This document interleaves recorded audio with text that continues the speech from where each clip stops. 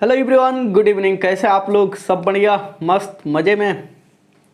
तब कल हम लोगों ने संपूर्ण क्रांति का लेखक परिचय के बारे में देखा था लोग, है ना। जेपी जी के बारे में सब कुछ हम लोगों ने जाना था। साथ में हम लोग देश और बिहार के राजनीति के बारे में और विस्तार से देखे थे लोग, है ना।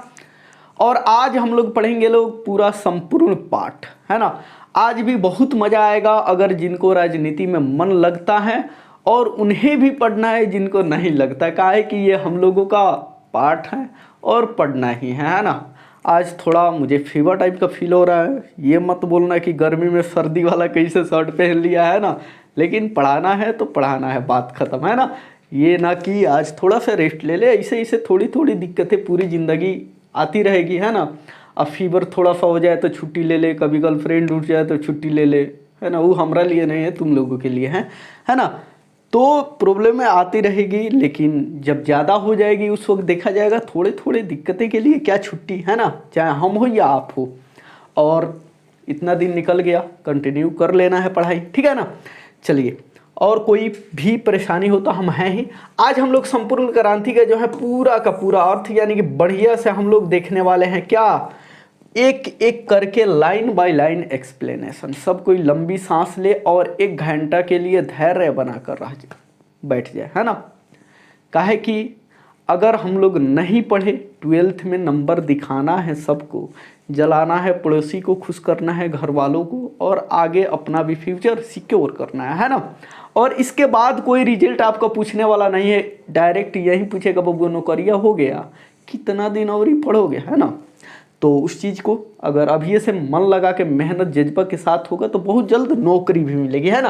तो हम लोग चलते हैं पूरा का पूरा। आज हम लोग संपूर्ण पाठ पढ़ेंगे।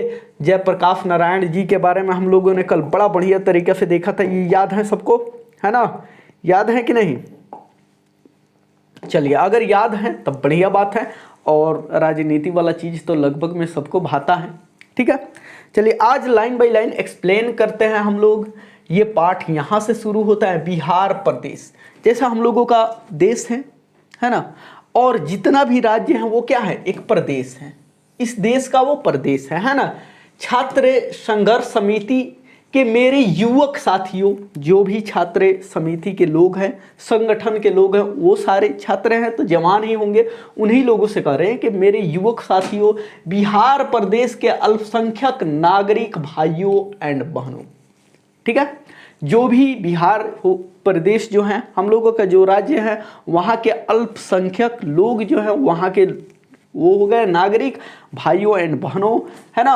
अभी अभी रेणु जी ने जो कविता पढ़ी, यानी कि देखिए, जहाँ पे गांधी मैदान में छात्र आंदोलन हो रहे हैं, वहीं की बात सारी की सारी हो रही है यहाँ पे भी। वहाँ पे भी रेणु जी गई हैं, छात्र आंदोलन में भाग ली हैं, और उन्होंने एक कविता पढ़ी है। अनुरोध तो वास्तव में उनका था, सुनना तो वह चाहते थे। मुझसे पूछा गया कि वह कविता सुना दे या नहीं। मैंने स्वीकार किया, लेकिन उसने बहुत सारी स्मृतियां और अभी हाल की बहुत दुखद स्मृति की जागृति कर दिया, जिससे हृदय उभड़ पड़ा। अब ये बात कौन, ये सारे के सारे बात बोलते हैं? लेखक जी कौन है हम लोगों का? यही है, जेपी जी के बारे में ही सारे के बात बोला गया। और जेपी जी ये कह रहे हैं रेणु जी से वहीं कविता सुनने के लिए। और जब वे कविता सुनते हैं, ये सुनाती हैं, तो उस कविता में बहुत सारे दुखद स्मृतियों के बारे में बताती है ना। और बहुत क्या हाल है क्या नहीं, सारे चीज़ों के बारे में बताती है। आपको शायद मालूम ना होगा कि जब मैं वेलोरो अस्पताल के लिए रवाना हुआ था, तो जाते समय मद्रास में 2 दिन अपने मित्र ईश्वर अय्यर के साथ रुका था। यानी कि 2 दिन कहाँ रुके थे जेपी साहब? अपने दोस्त, यानी कि जेपी साहब का पहले का दोस्त हम लोगों को यहाँ मिले, जिनका नाम क्या है, ईश्वर अय्यर साहब। कहाँ जाते वक्त, जब मद्रास ये जा रहे थे, तो 2 दिन के लिए अपने दोस्त के यहाँ रुके थे, जिनका नाम ईश्वर अय्यर था, है ना। इनके यहाँ ही रुके थे, है ना। वहाँ दिनकर जी गंगा बाबू मिलने आए। दिनकर जी यहाँ से छूट गया है ना। वहाँ गंगा बाबू एक और कोई राजनीति वाले आदमी होंगे, उन्होंने जयप्रकाश नारायण जी से मिलने आए। बल्कि गंगा बाबू जो साथ ही रहते थे और दिनकर जी बड़े प्रश्न दिखे, है ना। जब गंगा बाबूजी ने इनसे मिलने आए, हालांकि गंगा बाबूजी इनके साथ ही रहते थे, लेकिन कुछ समय बाद इनसे फिर मिलने आते हैं तो जयप्रकाश नारायण जी देखते हैं तो बड़ा खुश होते हैं। उन्होंने अभी हाल की अपनी कुछ कविताएं सुनाई और मुझसे कहा कि आपने जो आंदोलन शुरू किया है, ये भाई गंगा बाबू जब मिलने आते हैं तो ये बड़ा खुश होते हैं। और गंगा बाबू ने कविताएं भी लिखते हैं, और जब उन्होंने हाल में लिखे कविताएं जयप्रकाश नारायण जी से सुनाते हैं और कहते हैं कि जानते हैं जयप्रकाश जी, आपने जो आंदोलन किया है ना, ये छात्र आंदोलन बड़ा ही बढ़िया आंदोलन है। जितनी मेरी आशाएं आपसे लगी थी उन सब की पूर्ति आपसे इन आंदोलन में, इस नए आवाहन में देश के तरुणा का आपने जो किया है। मैं देखता हूं तालिया तालिया हरगिज ना बजाइए, मेरी बात चुपचाप सुनिए। जब ये स्पीच देते हैं जयप्रकाश नारायण तो कहते हैं देखिए लोग, आप लोग सिर्फ तालियां नहीं बजाइए, एक काम कीजिए, पहले मेरी सारी की सारी बात सुन लीजिए। यहीं गंगा बाबू ये सारे के सारे इनके स्पीच भाषण सुन लेते हैं और कहते हैं कि आपसे जितना उम्मीद थी उससे ज़्यादा आप किए हैं। अब कौन भला अपने बातों पे तालियां रोकेगा। और जेपी साहब कह रहे हैं आप लोग तालियां मत बजाइए, पहले मेरी बात सुन लीजिए फिर बताइएगा, हाँ ना। अब मेरे मुंह से आप हुंकार नहीं सुनेंगे, लेकिन जो कुछ विचार मैं आपसे कहूंगा वे विचार हुंकारों से भरे होंगे। क्रांतिकारी वे विचार होंगे जिन पर अमल करना आसान नहीं होगा, अमल करने के लिए बलिदान करना होगा। यही सब होगा। जब राजनीति में एक राजनेता गया है, वो भी जेपी जैसा नेता वहां पे पहुंचा है, तो वो क्या कहते हैं कि देखिए सारी बात ठीक है, जितना भी आप तालियां बजा रहे हैं, हम बात कर रहे हैं वो तो ठीक है, लेकिन अब हम जो बात कहने जा रहे हैं उस बात में हुंकार होना चाहिए, आप लोगों को साथ होना चाहिए। जो आप लोग उसमें विचार रखेंगे उस विचार में दम होनी चाहिए, है ना। ये विचार हम बात बोलने जा रहे हैं वो आसान बात नहीं है, बहुत सहने वाले, कठोरता के साथ सहना सुनना और उस पर विचार करने वाला काम है ना। और वो जो काम है, वो जो मैं बात बोलने जा रहा हूं, उस पर आप लोगों का वो बात बलिदान भी मांगेगी। कष्ट सहना होगा, गोली और लाठियों की सामना करना होगा, जेलों को भरना होगा, जमीनों की कुर्कियां होंगी। जेपी साहब कह रहे हैं देखिए जो हम बात कह रहे हैं, जो आपसे बलिदान हम मांगेंगे, उस बलिदान में आपको कष्ट सहना होगा, गोली भी खानी पड़ सकती है, लाठियों की मार भी खानी पड़ सकती है ना। जेलों भी जाना पड़ता है, यानी कि सारे के सारे जेल भर भी सकते हैं। आपकी जो जमीन है उस जमीन का कुर्की जब्ती भी हो सकता है, काहे कि उस वक्त इमरजेंसी के जमाना था और इमरजेंसी के जमाना में इंदिरा गांधी हम लोगों की प्रधानमंत्री थी, और वो जो प्रधानमंत्री थी क्रूरता से भरी प्रधानमंत्री थी, किसी को वो बख्शने वाली नहीं थी। छोटी सी छोटी कोई गलतियां कर दे, किसी का साथ दे दे देश को आगे बढ़ाने में, है ना, देश के हित में कोई बात कर दे, तो उन लोगों को, सारे के सारे लोगों को ये क्या करती थी, जेल भेजवा देती थी, गोलियां चलवा देती थी, पुलिसों से इन लोगों के ऊपर लाठियां चार्ज करा सकती थी। इसीलिए सबसे पहले ये जयप्रकाश नारायण जी कह सकते हैं कि ये सारी चीज झेलना होगा अगर आप लोग मेरी ये बात से पूर्ण सहमत हैं तो, है ना। चलिए आगे क्या होता है। यह सब होगा, यह क्रांति है मित्रों, और संपूर्ण क्रांति, यह कोई विधानसभा की विघटन का ही आंदोलन नहीं है, यह तो एक मंजिल है जो रास्ते में है, दूर जाना है, दूर जाना है।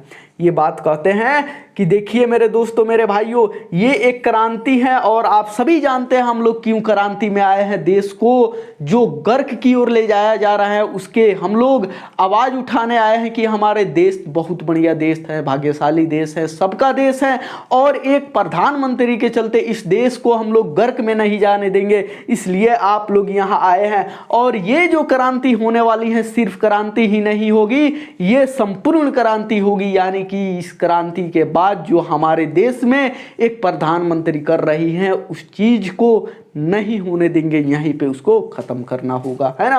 अभी तो हम लोग शुरुआत की है, बहुत दूर जाना है, आप लोगों को बहुत साथ चाहिए, है ना। और इस साथ में आपको गोली भी खाना पड़ेगा, लाठीचार्ज भी होगी, जेल में भी जाना पड़ेगा, हो सकता है आपकी जो जमीनें हैं, जो घर हैं, उसको भी सरकार छीन ले। जवाहरलाल नेहरू के शब्दों में अभी न जाने कितने बोलो इस देश की जनता को जाना है उस स्वराज्य को प्राप्त करने के लिए जिसके लिए देश के हजारों लाखों जवानों की कुर्बानियां दी हैं, है ना। कह रहे हैं जो जवाहरलाल नेहरू के जो शब्द हैं उन शब्दों को भला इस देश की जनता को जानना पड़ेगा कि ये जवाहरलाल नेहरू जो थे वो इस देश के लिए क्या कह के गए थे, है ना। ठीक है, स्वराज्य जो प्राप्त करने के लिए उनके लिए देश के हजारों लाखों जवानों ने कुर्बानियां दी हैं, यानी कि जो हम लोगों का देश है उस देश को प्राप्त करने के लिए, देश को आजाद कराने के लिए जो लाखों हजारों सैनिकों ने कुर्बानियां दी हैं, जिनके लिए, है ना, सरदार भगत सिंह हो गए, उनके साथी बंगाल के सारे क्रांतिकारी साथी, महाराष्ट्र के साथी, देश भर के क्रांतिकारी सभी लोग गोली का निशाना बने या तो फांसी पर लटकाए गए। जिस स्वराज्य के लिए लाखों लाख देश की जनता बार बार जेलों को भरती रही, ये सारे बात ये स्पीच में अपने कह रहे हैं कि अभी से जग जाओ। एक तो हमारा देश बहुत दिन के बाद अंग्रेजों से आज़ादी पाई है, और एक जो है इमरजेंसी लगा करिए हम लोगों के जो प्रधानमंत्री इंदिरा गांधी है वो क्या करना चाहती है, फिर हम लोगों को गुलाम बनाना चाहती हैं। क्या वो अपना एक वर्चस्व कायम करना चाहती हैं? जो जवाहरलाल नेहरू ने ये बात बोले हैं कि हम लोगों को देश प्राप्त करने के लिए, देश को आज़ाद करने के लिए लाखों लाखों में लोग जेल गए, लाखों लाखों में लोग गोलियां खाए, लाठी खाए, जेलों से भर दिया गया, क्या वही होगा? वैसा हम लोग नहीं होने देंगे, है ना। उसमें जैसे सरदार भगत सिंह जो है कितना 23 बरिस ना 21 बरिस की उम्र में इन्होंने फांसी पर चढ़ गए, ऐसा ही उनके सारे साथिया जो थे उन लोगों को भी क्रांतिकारी के साथ क्या करना पड़ा, या तो गोलियों की निशानी खानी पड़ी या तो जेल में उम्र भर रहना पड़ा, है ना, जब तक देश आज़ाद नहीं हुआ था। लेकिन आज 27-28 साल के बाद आज जो स्वराज्य है, देश तो आज़ाद हो गया, कोई बात नहीं, ये सारे के सारे बात अपने स्पीच में बोल रहे हैं, जो गांधी मैदान में ये भाषण दे रहे हैं उसमें कह रहे हैं। लेकिन आज 27-28 वर्ष के बाद जो स्वराज्य है, जो हमारा राज्य है, उसमें जनता कराह रही है, भूख है, महंगाई है, भ्रष्टाचार है, कोई काम नहीं जनता का निकलता है ना। अब यही स्पीच देते हुए कह रहे हैं कि हम लोगों का देश जो 27-28 बरिस हो गए आज़ाद की हुए, कोई बात नहीं, लेकिन क्या जो ये सरकार हमारे साथ कर रही है वो अच्छा कर रही है? आज हमारे देश फिर भूखे लोगों से भर गया, महंगाई हमारे देश में भर गई, भ्रष्टाचार का कोई सीमा नहीं है, कोई जनता के लिए काम भी नहीं है कि वो क्या करे तो करे क्या, कोई रोजगार भी नहीं है। क्या यही क्रूरता वाली सरकार रहेगी, है ना। बगैर रिश्वत दिए सरकारी दफ्तरों में, बैंकों में, हर जगह टिकट लेना है, उसमें जहां भी हो रिश्वत के बगैर काम नहीं जनता का होता। अब इसी स्वराज स्पीच में कह रहे हैं जयप्रकाश नारायण जी कि जो भी यहाँ के सरकार हैं वो कितना घटिया सरकार है ना, कि अगर हम लोग कोई काम कराने के लिए जाए, कोई भी सरकारी दफ्तर में जाए तो बिना रिश्वत का हम लोगों का कोई काम नहीं होगा, कोई जनता का काम नहीं होगा बिना पैसा के। हर प्रकार के अन्याय के नीचे जनता दब रही है, शिक्षा संस्थाएं भ्रष्ट हो रही हैं, हजारों नौजवानों का भविष्य अंधेरे में पड़ा हुआ है ना। यही बात जेपी जी को सबसे आगे पहुंचाती हैं। वो देखिए हर चीज के बारे में बात की है, लेकिन वो किन बारे में बात की है? नौजवानों के बारे में। कहे कि जवान लोग जो हैं रीढ़ की, जो देश की रीढ़ है उसका हड्डी होता है वही है ना। अगर नौजवान शिक्षित लोग, स्टूडेंट, छात्र के ही रोजगार ना मिले तो ये तो देश गर्क की ओर हो जाएगा, है ना। जिनका जीवन नए हो रहे हैं, शिक्षा दी जाती है गुलामी की, शिक्षा पावर दर दर ठोकरे खाना, नौकरी के लिए नौकरियां मिलती ही नहीं, दिन पर दिन बेरोजगारी बढ़ती जा रही है, गरीब की बेरोजगारी बढ़ती जा रही है, गरीबी हटाओ के नारे जरूर लगते हैं लेकिन गरीबी बढ़ती जा रही है। ये सारे के सारे बात कहते हैं कि जो शिक्षा स्टूडेंट अपना पढ़ लिख कर कैसा हूँ सोच रहा है कि हम नौकरी ले ले, नौकरियां नहीं मिल रही हैं, बेरोजगारी नहीं कम हो रही है, सिर्फ नारा लगाया जा रहा है कि गरीबी को हटा दिया जाएगा देश से, लेकिन उस पर कोई काम नहीं कर रहा है। तो मित्रों फिर आगे कहते हैं, तो सुनो मेरे मित्रों, आज की स्थिति यह है कि इस स्थिति में वहां दिनकर जी ने कुछ हमें अपने शब्द सुनाए। दिनकर जी जो हैं इन्होंने एक क्या है, एक ये भी कविताएं क्या बोला जाता है, कहानियां लिखते हैं, कविताएं लिखते हैं। वहीं एक दिनकर जी हैं जो कि रचनाएं वगैरह भी लिखते हैं। उनकी एक शब्द है, यानी कि जयप्रकाश जी कह रहे हैं कि इसी दिन दिनकर जी ने कुछ हमें अपने शब्द सुनाए, यानी कि ऐसा दिन के लिए ही दिनकर जी ने हम लोगों को कुछ शब्द सुनाए थे, बड़े हृदय ग्राही थे। और उसी रात जब विदा हुए, उसी रात को हमारे मित्र रामनाथ जी गोयनका उनका मित्र का नाम है ना, इंडियन एक्सप्रेस के मालिक, यानी कि जो रामनाथ सिंह गोयनकर हैं वो क्या है, इंडियन एक्सप्रेस एक न्यूज पेपर है, उसी का ये मालिक है जो कि अभी भी चलता है ना, इंडियन एक्सप्रेस।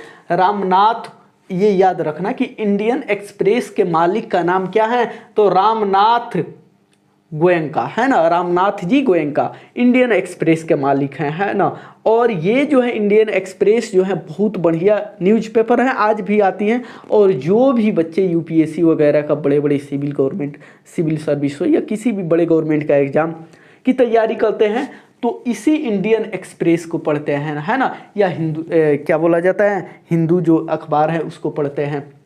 ये ना, ये जो हम लोग पढ़ते हैं जैसे हो गया हिंदुस्तान खबर, हो गया प्रभात, हो गया दैनिक जागरण, हो गया, इस सब में कुछ नहीं मिलेगा, सच्चाई नहीं मिलेगा। क्या है कि उस सब का मालिक बिका हुआ है लगभग, है ना। जो गवर्नमेंट कहेगी वहीं छापेगा, और यहीं छापेगी 4 बच्चों की माँ फलानवा संग फरार, है ना, यहाँ पे ये हुआ वहाँ पे हुआ। लेकिन इंडियन एक्सप्रेस ऐसा है, और द हिंदू जो है न्यूज़पेपर का नाम है, वो भी ऐसा है कि जिसमें पूरा सरकार के निचोड़ धज्जियाँ उड़ा दी जाती हैं।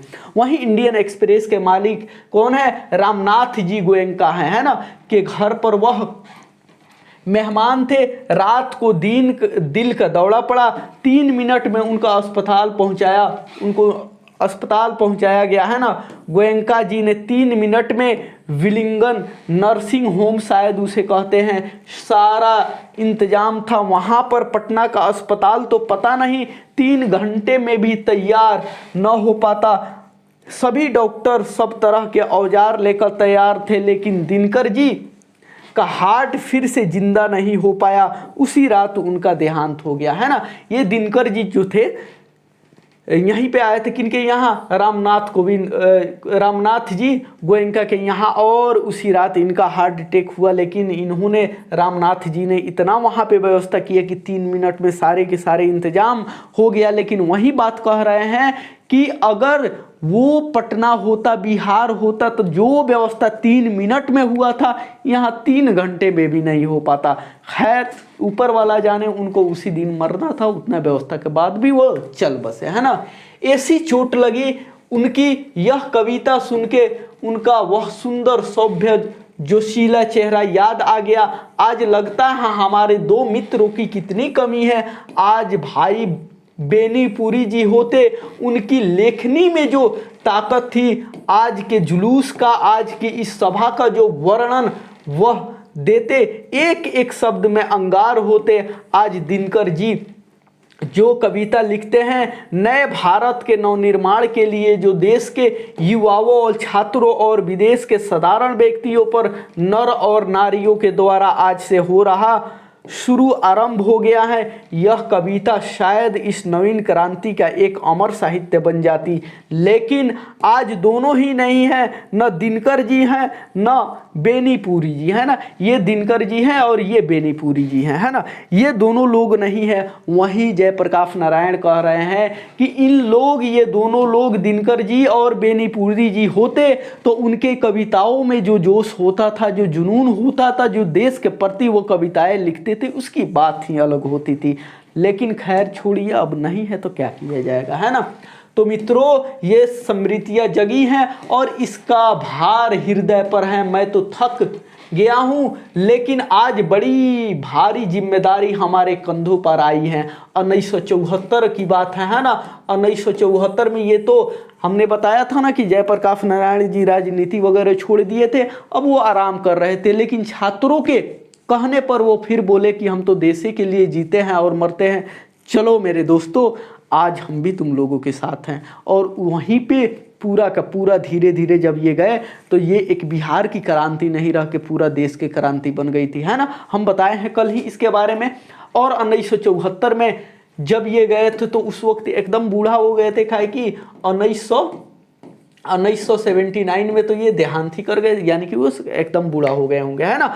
और वहीं कह रहे हैं कि मैं तो अब बूढ़ा हो चुका हूं, मैं थक चुका हूं, लेकिन क्या कीजिएगा, हमारे भी कंधे पर बहुत जिम्मेदारी है और मैंने इस जिम्मेदारी को अपनी तरफ से मांग करके नहीं लाया हूं। तरुणाओं से छात्रों के बराबर कहता रहा हूं। जब पहला हमने आह्वान किया था तो यूथ ऑफ डेमोक्रेसी का, लोकतंत्र में युवाओं का क्या रोल है, यह हमने जो बताया था उसमें लिखा था। और उसके बाद बराबर कहता रहता हूँ, संचालन समिति में बहस करता रहता हूँ। हम बूढ़े हो गए, हमारी सलाह से लीजिए, हम दूसरी पीढ़ी के हो गए, आप नई पीढ़ी के लोग हैं, देश का भविष्य आपके हाथ में है। और वहीं कहते हैं कि तो मैं तो बूढ़ा हो चुका हूँ, मैं थक गया हूँ, लेकिन मैं आप लोगों का आवाज़ उठाते रहता हूँ कि हम तो अब बूढ़े हो गए हैं, लेकिन आप ही दूसरी पीढ़ी है, आप ही नौजवान पीढ़ी है और आप ही लोगों के ऊपर हमारे देश की पूरा भविष्य है। आपके हाथों में ही हमारे देश का भविष्य है। ये सारे के सारे बात कहाँ हो रहा है, पटना गांधी मैदान में हो रहा है। और ये सारी की सारे बातें कौन कह रहे हैं, जयप्रकाश नारायण जी कह रहे हैं अपने भाषण में। वही भाषण पूरा का पूरा लिखा गया है ना। चलिए आगे क्या कहते हैं, उत्साह है आपके अंदर। अब कहते हैं छात्रों से कि देखिए हम तो बूढ़े हो गए, आप लोग नए पीढ़ी के हैं, आप लोगों के अंदर क्या है, उत्साह है ना, शक्ति है, आपके अंदर जवानी है, आप नेता बनिए, मैं आपके सलाह दूंगा। तो छात्रों ने कहा जयप्रकाश काम नहीं चलेगा, आपको नेतृत्व स्वीकार करना पड़ेगा। मैं टालता रहा। जब इन्होंने ये बात कहा, हम तो थक चुके हैं, हार चुके हैं, बूढ़े हो चुके हैं, आप लोग जवान हैं, आप लोगों के हाथों में भविष्य है, आप लोगों के अंदर जो है शक्ति है, आप लोगों अभी जवान है ना, आप लोग जो है नेता बनिए, मैं आप लोगों का साथ दूंगा। तो वहाँ पे जो छात्र सब थे उन्होंने कहा देखिए जयप्रकाश जी, सिर्फ इतना से काम नहीं चलेगा, आपका नेतृत्व स्वीकार करना पड़ेगा। जो हम लोग कह रहे हैं उसके साथ भी आपको भी चलना पड़ेगा, है ना। इन्होंने, अब जयप्रकाश जी कह रहे हैं कि मैं इस बात को टालता रहा, लेकिन अंत में वेलोरो जाते समय मैंने उनके आग्रह को स्वीकार किया। लेकिन कह रहे हैं जब मैं वेलोरो जा रहा था, सारी बातें को टालते और जो स्टूडेंट थे, छात्र थे, वो लोग भी इस जिद पे अड़ गए थे कि नहीं, आपको भी ये नेतृत्व को स्वीकार करना पड़ेगा।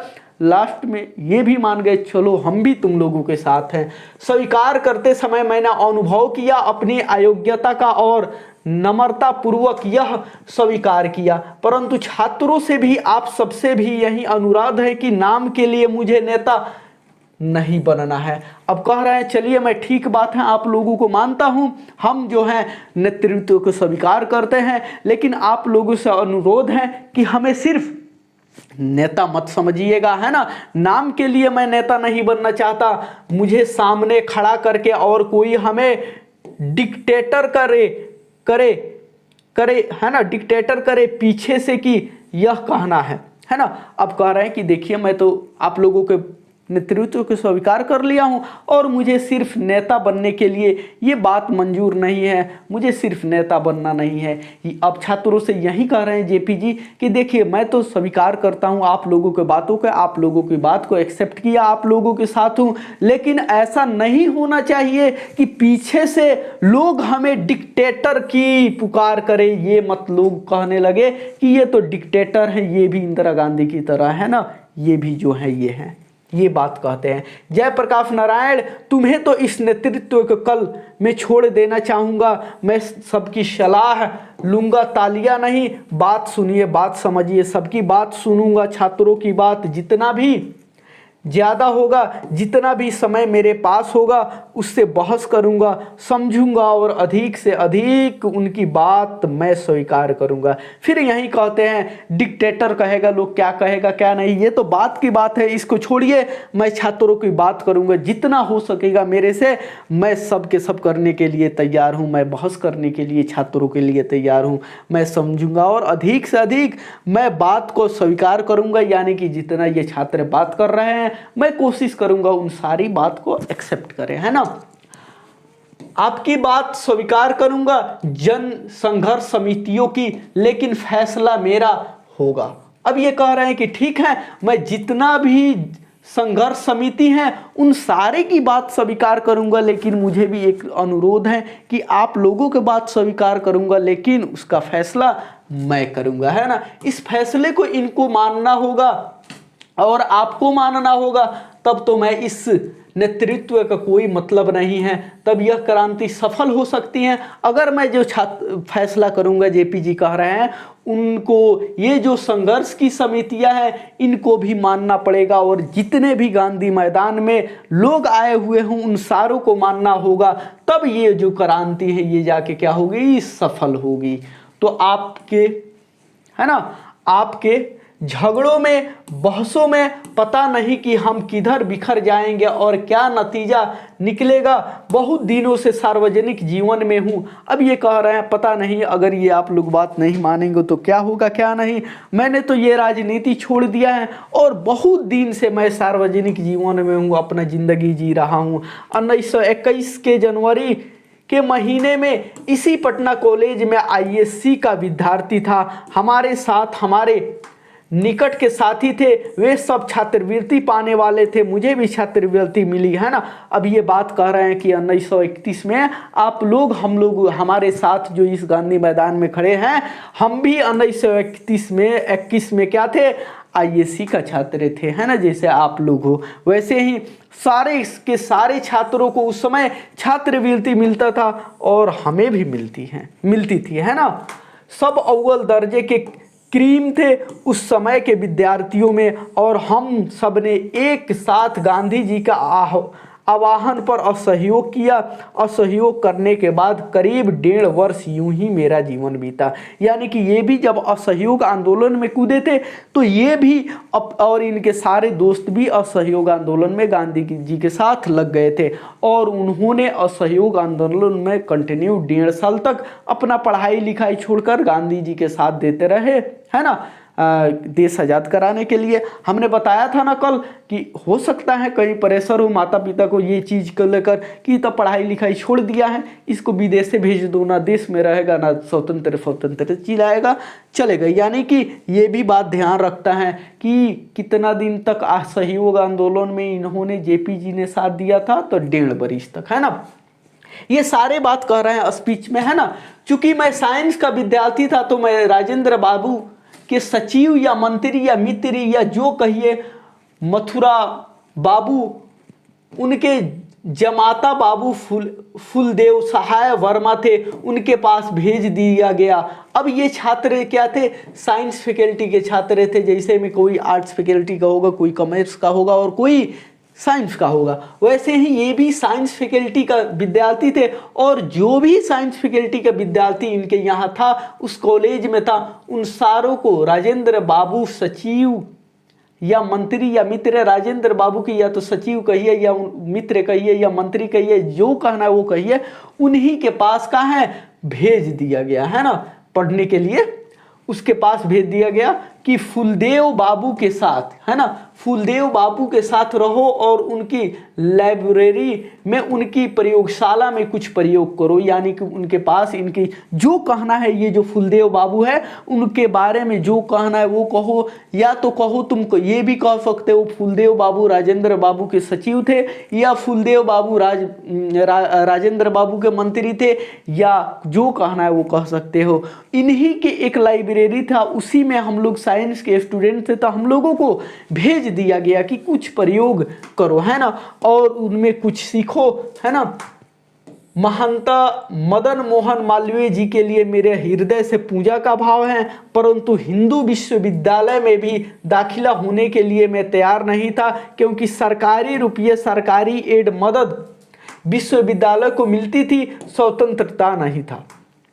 कह रहे हैं कि मुझे हिंदू विश्वविद्यालय था, वहाँ भी एडमिशन लेने की लालसा थी, इच्छा थी, लेकिन हम ये सोच रहे थे कि हमारी देश गुलाम है, अंग्रेजों का शासक है, और वहाँ भी जाएंगे तो हमें सरकारी रुपया मिलेगी, सरकारी एड मिलेगी, सरकारी मदद मिलेगी, और वो चीज़ मुझे मंजूर नहीं है ना। वह पूर्ण रूप से राष्ट्रीय विद्यालय नहीं था, तो मैं किसी की विद्यालय में नहीं गया और बिहार विद्यापीठ में मैंने परीक्षा दी। यानी कि कह रहे हैं कि वो पूर्ण रूप से सरकारी नहीं था, यानी कि गवर्नमेंट जो अंग्रेज था उनका शासन उस पर चलता था, इसलिए मैंने उन सारे कॉलेजों में नहीं गया और विद्यापीठ से मैंने परीक्षा दी। यानी कि ये भी पूछ सकता है कि राजेंद्र प्रसाद किस कॉलेज से या किस स्कूल से इंटर की परीक्षा दी, तो हम लोग बोल सकते हैं विद्यापीठ से, है ना। आईएससी, है ना, आईएससी की पास तो करना ही था, पास कर गया। उसके बाद बचपन में जब हाई स्कूल में था, मैंने त्रियामी सत्यदेव के भाषण सुने थे। यानी कि ये कह रहा है मुझे तो आईएससी जब हम कर रहे थे पास तो होना ही था। देखिए कॉन्फिडेंस लेवल, जब कर रहे हैं तो पास होना ही है ना। अब जब पास होना है तो क्या करना है, क्या दिक्कत की बात है। और एक जो त्रियामी स्वयंदेव जो थे उनका भाषण इन्होंने जब 10th क्लास में थे तभी सुने थे, है ना। अमेरिका के बारे में कोई धनी घर का नहीं है, थोड़ी सी खेती, और पिताजी नहर विभाग में जिलादार, बाद में रेवेन्यू असिस्टेंट हुए, नॉन ग्रेजुएट अफसर थे। अब ये अपने बारे में बता रहे हैं कि मुझे तो आईएससी पास तो करना ही था। कॉन्फिडेंस देखिए, एक होता है घमंड, एक होता है कॉन्फिडेंस। अब इनको लोग घमंडी बोल दे वो अलग बात है। आप लोगों को ये अगर दिल में आ जाए कि हमें तो ये करना है, दोस्तों को बताए, अगर दोस्त समझदार होगा तो कॉन्फिडेंस बोलेगा, अगर नहीं होगा तो कहेगा घमंडी है। तो वहीं इनका कॉन्फिडेंस बोल रहा है कि मुझे तो इंटर पास करना ही था।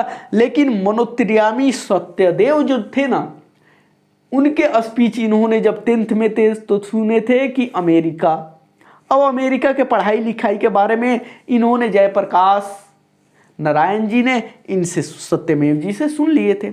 अब कह रहे हैं कि मैं कोई धनी घर का नहीं था, अमीर घर से नहीं थे, थोड़ी सी खेती बाड़ी थी, है ना।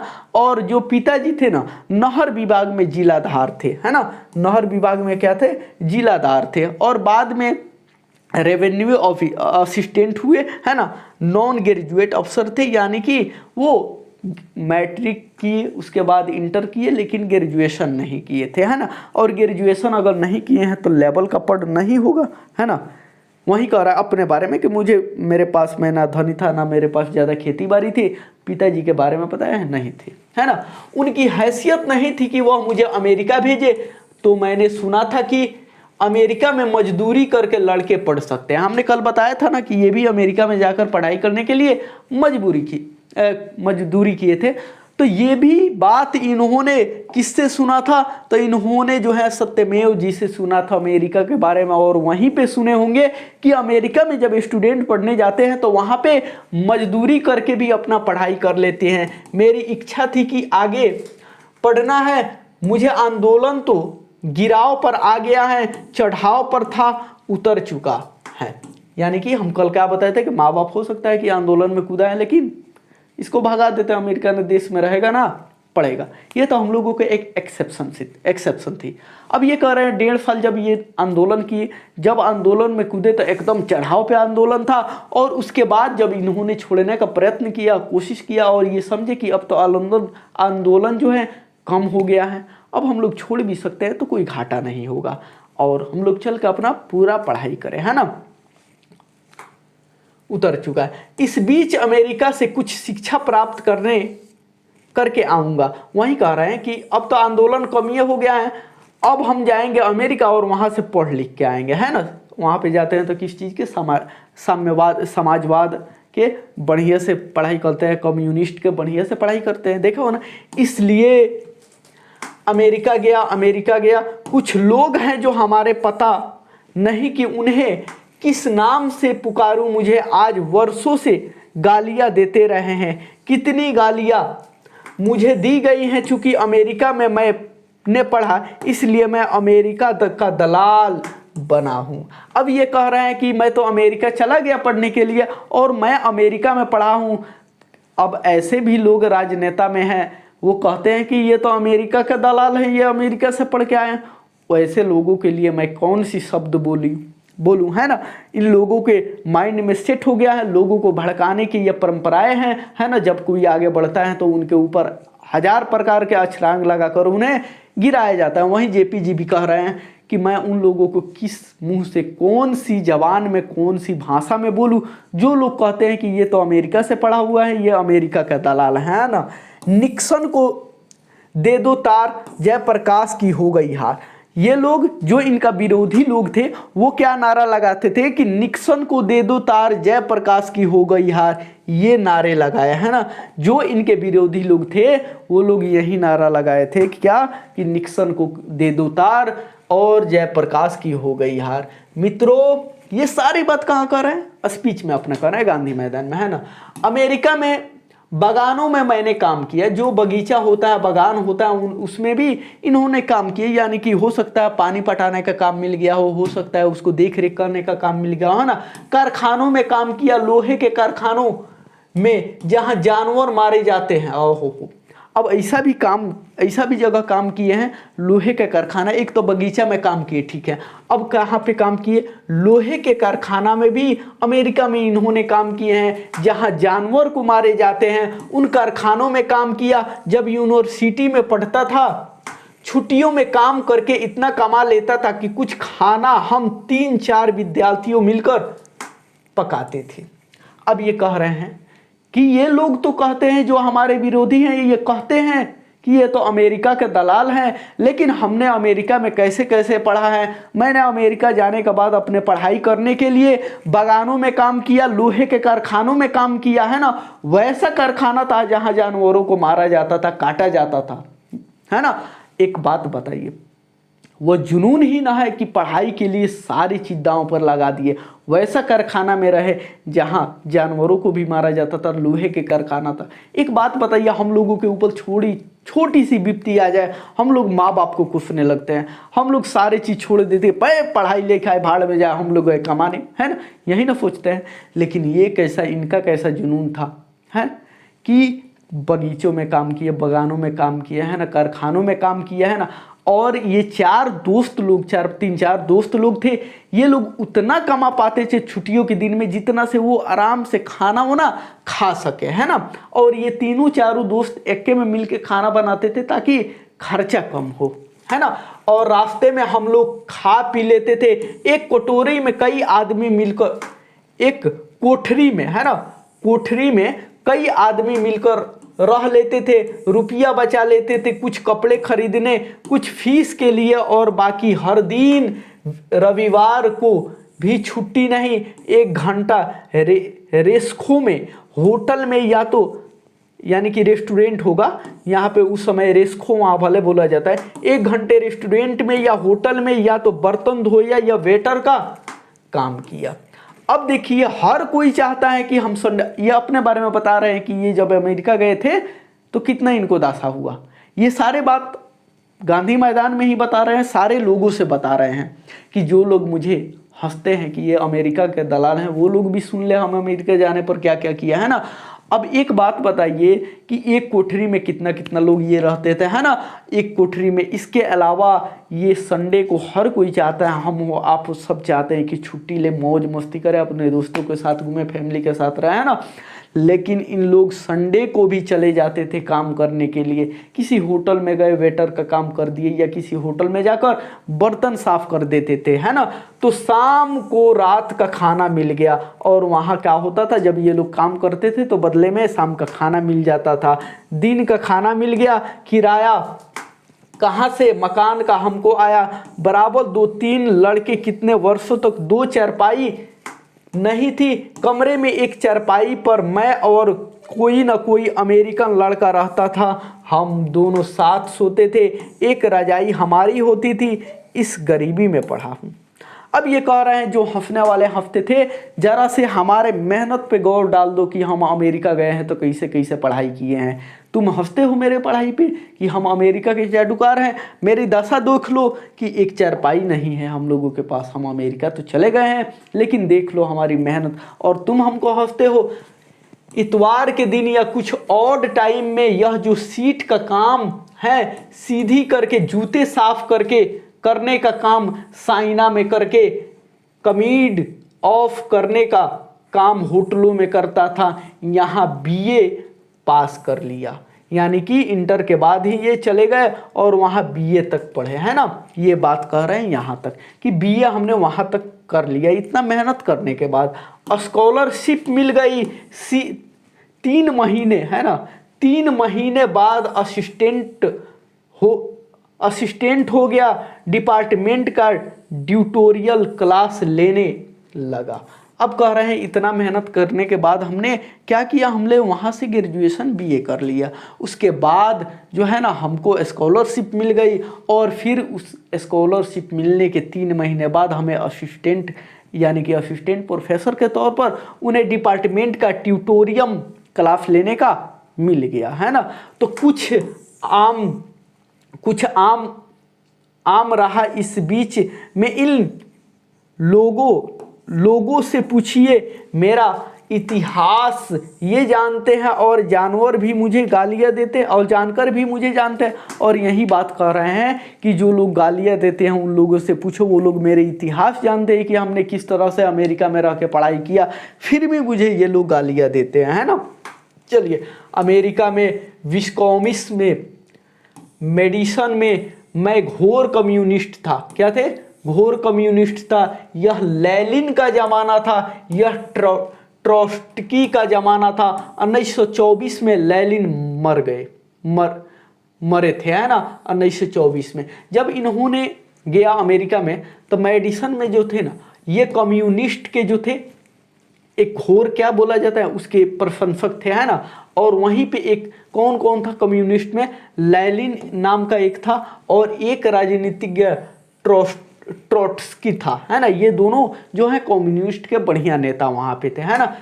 1924 में लेनिन बेचारा मर जाते हैं, और 1924 में ही मार्क्सवादी बन गया था। और दावे के साथ यह कह सकता हूं कि उस समय तक जो भी मार्क्सवाद के ग्रंथ छपे थे अंग्रेजी में, हम लोगों ने पढ़ डाले थे। रात रात को रोज एक रशियन टेलर था, दर्जी था, उसके यहाँ हमारे क्लास लगते थे। और वहाँ से जब भारत लौटा तो घोर कम्युनिस्ट बनकर लौटा था, है ना। यहाँ पे होगा लौटा था, लेकिन मैं दाखिल हुआ, है ना। लेकिन मैं दाखिल हुआ। चलिए, कम्युनिस्ट के बारे में आप लोगों को शायद ना पता हो, हम थोड़ा सा पता है। कम्युनिस्ट भी एक पार्टी है ना, जो कि अभी चाइना में है, हमारे देश में भी है, और हमारे देश में अभी उतना प्रचार प्रसार उसका नहीं हुआ है। शायद आप लोगों को पता ना हो, जो कम्युनिस्ट पार्टी है ना, वो हमारे देश में कौन राज्य में है? सिर्फ एक ही राज्य में है, केरला में। कहाँ? केरला में है ना। केरला को जानते हो? केरला जो कि हमारे देश के एजुकेशन दर की साक्षरता में नंबर 1 पे है। कहाँ? नंबर 1 पे ये केरला है। और यहीं पे कम्युनिस्ट पार्टी का गवर्नमेंट हर साल बनती है ना।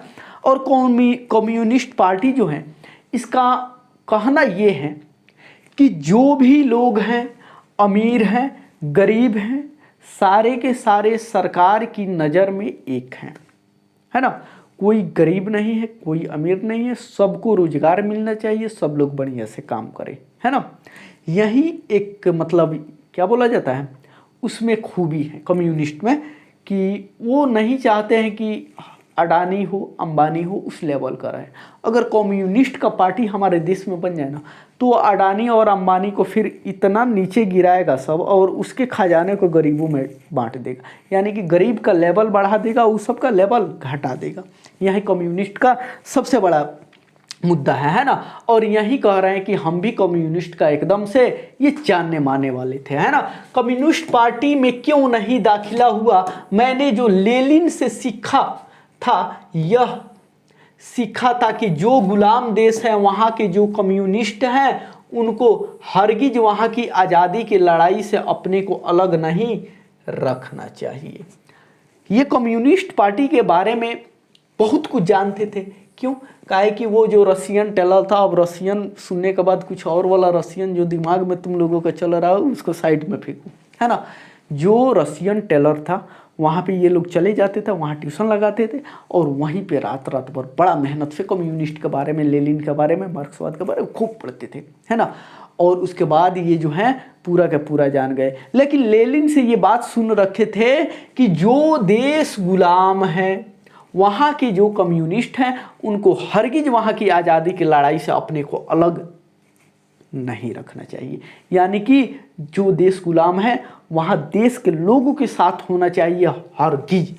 यद्यपि उस लड़ाई का नेतृत्व जिसको मार्क्सवादी भाषा में बुर्जुआ क्लास कहते हैं, उस क्लास के हाथ में हो, पूंजीपतियों के हाथ में उसका नेतृत्व हो, फिर भी कम्युनिस्टों को अलग नहीं रहना चाहिए, अपने को आइसोलेट नहीं करना चाहिए। वहीं हम कुछ देर पहले ही बताए हैं कि काहे ना वो देश जो है पूंजीवादियों की भी हाथ में हो, पूंजीपतियों के हाथ में हो, अमीरों के हाथ में हो, फिर भी उससे डरना नहीं चाहिए, उनको लोगों के साथ खड़ा रहना चाहिए। यही कम्युनिस्ट के सबसे बढ़िया चीज़ है। पहली बात तो मैंने नोट किया है। अब ये कह रहे हैं, ये सारे बात स्पीच में ही हो रही हैं। अब कह रहे हैं कि पहली बात मैंने नोट किया है आपसे कहने के लिए इस सरकार के बारे में। अब अपने बारे में बताने के बाद कह रहे हैं कि देखिए लोग, हमने एक बात नोट किया है सरकार के बारे में, वो आप लोग से हम बताना चाहते हैं। आज से 3 दिन हुए, गफूर साहब मिलने गए थे, बहुत प्रेम से मिले।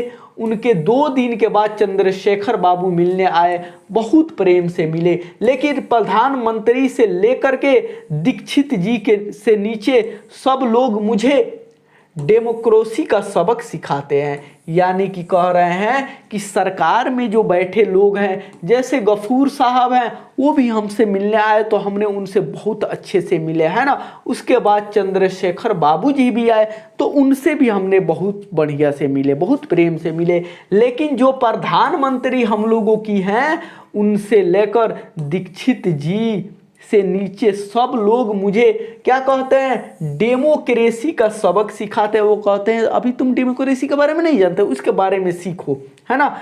इनमें से किसी को कोई अधिकार नहीं है कि जयप्रकाश नारायण को लोकतंत्र की शिक्षा दे, लेकिन वे जयप्रकाश नारायण को शिक्षा देने की हिम्मत करते हैं। और इसकी हरकत देखिए, शांतिमय प्रदर्शन, शांतिमय जुलूस के लिए हजारों लोग आ रहे हैं। अब ये कह रहे हैं कि सरकार में बैठे लोग, गफूर साहब भी हमसे मिलने आए, हमने अच्छा से मिला, चंद्रशेखर जी भी आए, इनसे भी अच्छा से मिला। लेकिन जो हम लोगों को प्रधानमंत्री हैं और ये दीक्षित जी हैं और सारे पार्टी के बड़े बड़े लोग हैं, वो हमको डेमोक्रेसी, वो हमें लोकतंत्र की सबक सिखा रहे हैं। खैर कोई बात नहीं, सिखाने दीजिए। जो ये हम लोगों का छात्र आंदोलन हो रहा है वो एकदम शांति से हो रहा है ना। और जुलूस में कहाँ कहाँ से हजारों लोग आ रहे हैं, प्रदेश के कोने कोने से छात्र आ रहे हैं, किसान आ रहे हैं ना, छात्र आ रहे हैं, किसान आ रहे हैं, मजदूर आ रहे हैं, मध्यम वर्ग के लोग आ रहे हैं, कहीं पैदल आ रहे हैं, कुछ बस से आ रहे हैं, कहीं रेलों से आ रहे हैं, कोई ट्रक भरे पर लेकर आ रहे हैं, डीजल अपना खरीद के लेकर आ रहे हैं। जहां तहां रोका, इनको लड़कों को पीटा, गिरफ्तार किया, अनायास, कोई कारण नहीं है। और यहां हमसे आकर के सब मीठी मीठी बातें करते हैं। अब देखिए, ये इनकी आवाज में कितनी ताकत थी, जेपी जी कितना वैल्यूएबल देश के इंसान थे कि जो सरकार है उसके विरोध में सारे की सारे देश के कोने कोने से छात्र आ रहे हैं, किसान आ रहे हैं, मजदूर आ रहे हैं, है ना, गरीब लोग आ रहा है, मध्यम वर्गीय लोग आ रहे हैं। इन सारे लोगों को सरकार के लोगों द्वारा, सरकार के पुलिस द्वारा पीटा जा रहा है, रोका जा रहा है, गिरफ्तार किया जा रहा है, फिर भी सारे के सारे लोग आ रहे हैं और तो और हैं। और यहाँ तो एक तरफ पीटा जा रहा है इन लोगों को जो इस आंदोलन में भागीदारी हो रहे हैं, और सरकार के लोग आके हमसे मीठी मीठी बातें करते हैं। उन्होंने जिद की कि इस रास्ते से जुलूस नहीं आएगा, हमने इसमें यह खतरा है, वह खतरा है, मुझे कोई खतरा दिखाई नहीं दिया, लेकिन यह खतरा है, वह खतरा है, मुझे कोई खतरा दिखाई नहीं दिया। लेकिन जब उन्होंने कहा कि शायद जेल तोड़ने की कोशिश हो और शायद उन्हें गोली चलानी पड़े, तो मैंने कहा इसकी जिम्मेदारी मैं नहीं लेता हूँ। अब इनसे सरकार के लोग आते हैं, मीठी मीठी बातें करते हैं और कहते हैं कि जयप्रकाश जी, लोग वो आ रहा है ना, तो उसमें खतरा है ना, खतरा है, कहीं कुछ हो ना जाए, कोई दिक्कत हो ना जाए, कहीं लोग जेल तोड़ के ना जाए। इतना लोग उत्सुक हो गए हैं आपके लिए, तो सारे के सारे चीज़ हो, गोली चलाने भी पड़ सकती है। तो इन्होंने कहा सारी जिम्मेदारियां मैं तो नहीं लूँगा, आंदोलन हमारा किसी दूसरे उद्देश्य से हो रहा है, बीच में यह डाइवर्जन हो जाए, रास्ता ही भटक जाए, हम लोग यह नहीं चाहते। तो चलिए जो आप कहते हैं, यानी कि कह रहे हैं आंदोलन छात्रों के लिए हो रहा है, किसी और चीज़ के लिए हो रहा है ना, जो हम लोग का देश में जो ये राजशाही की तरह शासन कर रही है सरकार, उसके लिए हो रहा है। ऐसा ना हो कि आप ही लोग जेल से भगा दो, आप ही लोग जेल तोड़वा दो और ये जो आंदोलन हो रहा है उसका रुख ही मुड़वा दो, इसका भागीदारी मैं नहीं लूँगा। चलिए जो आप कहते हैं, मैं नहीं जानता हूं कि अंग्रेजी सरकार के ज़माने में इस प्रकार का व्यवहार कभी हुआ है। अब ये कह रहे हैं कि आप लोग जो कर रहे हैं का सही कर रहे हैं, मुझे याद है और ये बात मैं सच में नहीं जानता हूं कि जब अंग्रेजी का शासन था, अंग्रेजों का शासन था, उस वक्त भी हमारे ऊपर इस प्रकार का व्यवहार उन लोगों के द्वारा किया गया था। लोग रेलों से उतार दिए गए, बसों से उतार दिए गए, टिकट था उनके पास, बेटिकट लोग थे, उनको उतार दिया गया। मुजफ्फरपुर की रिपोर्ट आपने अखबारों में पढ़ी होगी, सारे डिवीज़न में क्या क्या नहीं हुआ। यानी कि कह रहे हैं कि जो ये सरकार है, जिन लोगों के पास टिकट होता था उनको भी रोक दिया करते थे लोग, बसों से उतार दिया करते थे लोग। ऐसा हमने तो अंग्रेजों की सरकार में भी नहीं सुना जो ये सरकार कह रही है। मुजफ्फरपुर के रिपोर्ट आपने अखबारों में पढ़ी होगी, यानी कि मुजफ्फरपुर में कोई उस वक्त हादसा हुआ होगा, इनको रोका गया होगा, पीटा गया होगा लोगों को, छात्रों को, है ना।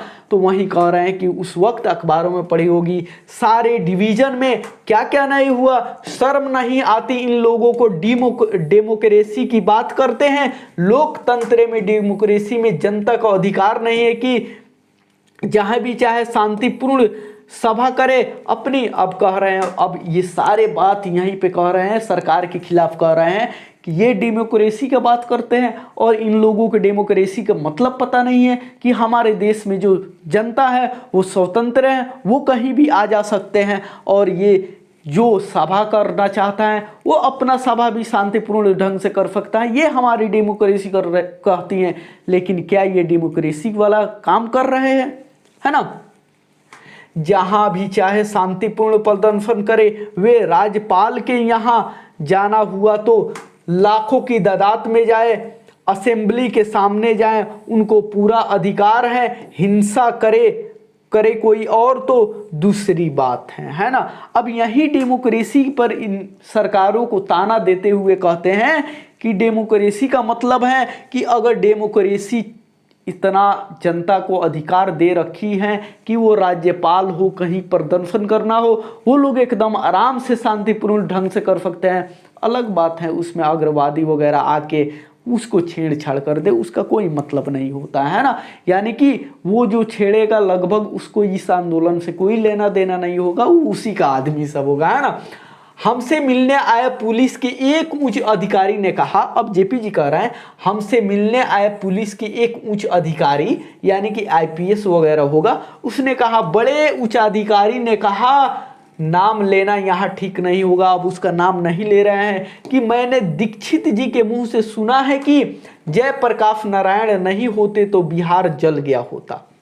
अब जो ये पुलिस के उच्च अधिकारी थे, ये इनसे कह रहे हैं कि दीक्षित जी जो हैं के मुंह से सुना, यानी कि दीक्षित जी से के मुंह से ये कौन सुना है, जो अधिकारी हैं उसने सुना है कि अगर इस आंदोलन में जयप्रकाश नारायण नहीं होते तो अब तक बिहार जो है जल गया होता। जब जयप्रकाश नारायण के बारे में ऐसा आप सोचते हैं तो जयप्रकाश नारायण के लिए यह रास्ता क्यों होता है, उनके नेतृत्व में यह प्रदर्शन, यह सभा होने वाली है, क्यों लोगों को रोकते हैं आप, जनता से घबराते हैं आप, जनता के आप प्रतिनिधि हैं।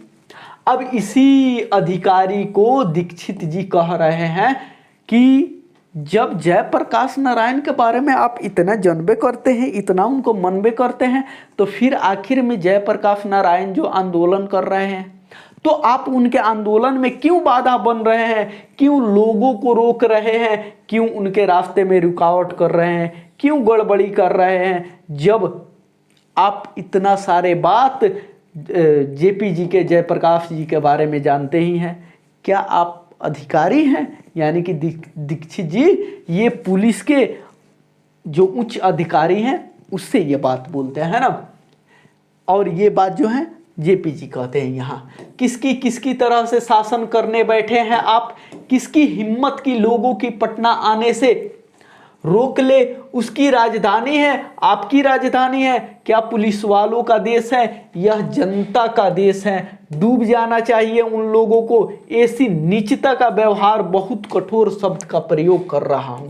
अब ये बात कहते हुए कर रहे हैं कि ये किसी पुलिस अधिकारी का देश है, क्या ऐसे लोगों का देश है? ये जो देश है जनता के देश है, और जनता के देश में अगर ये जनता के साथ ऐसा कर रहा है तो उन लोगों को डूब के मर जाना चाहिए, डूब जाना चाहिए, है ना।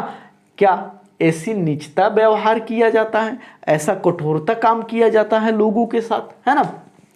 मैं कठोर शब्द का प्रयोग नहीं करता, लेकिन यह नीचता का व्यवहार है। अगर कोई डेमोक्रेसी का दुश्मन है तो वे लोग दुश्मन हैं जो जनता के शांति समय कार्यक्रमों में बाधा डालते हैं, उनकी गिरफ्तारी करते हैं, उन पर लाठी चलाते हैं, गोलियां चलाते हैं। ये डेमोक्रेसी है, इसे बदलना चाहिए। जनता जयप्रकाश नारायण छात्र युवक, क्योंकि जो भी आंदोलन इस देश में आज उठेगा उसका नेता युवक रहेगा, छात्र रहेगा, इसमें कोई संदेह नहीं है हमको।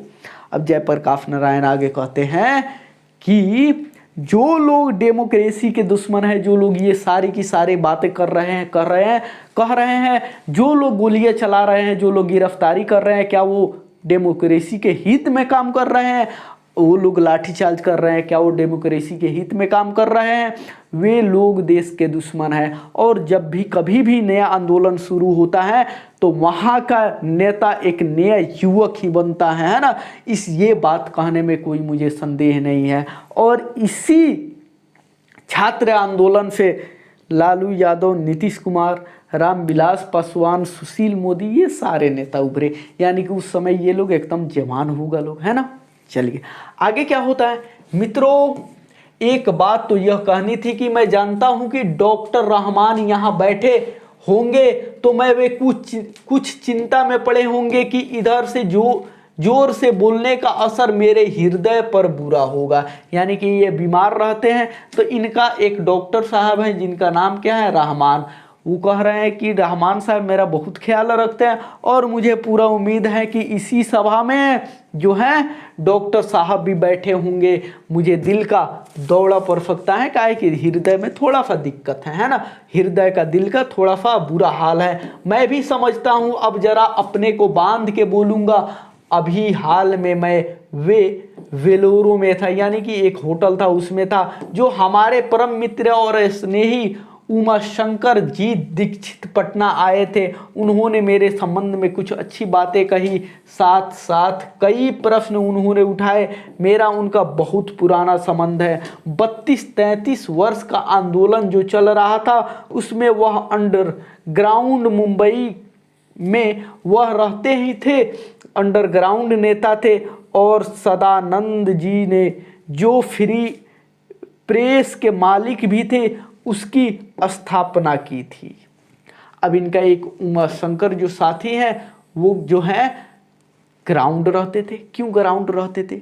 इन पे कोई ना कोई चार्ज लगा दिया होगा, क्या है कि वहाँ पे जो है किसकी सरकार थी उस समय? इंदिरा गांधी की सरकार है। अब इमरजेंसी के ज़माने में सबको पता है, इसीलिए यह अंडरग्राउंड रहते होंगे। और उमा शंकर और जो है जयप्रकाश जी की 32-33 वर्षों से ये क्या थे, एक दूसरे का आंदोलन के सहयोगी थे, एक अच्छे दोस्त थे, और ये जो है ना फ्री प्रेस के मालिक भी थे।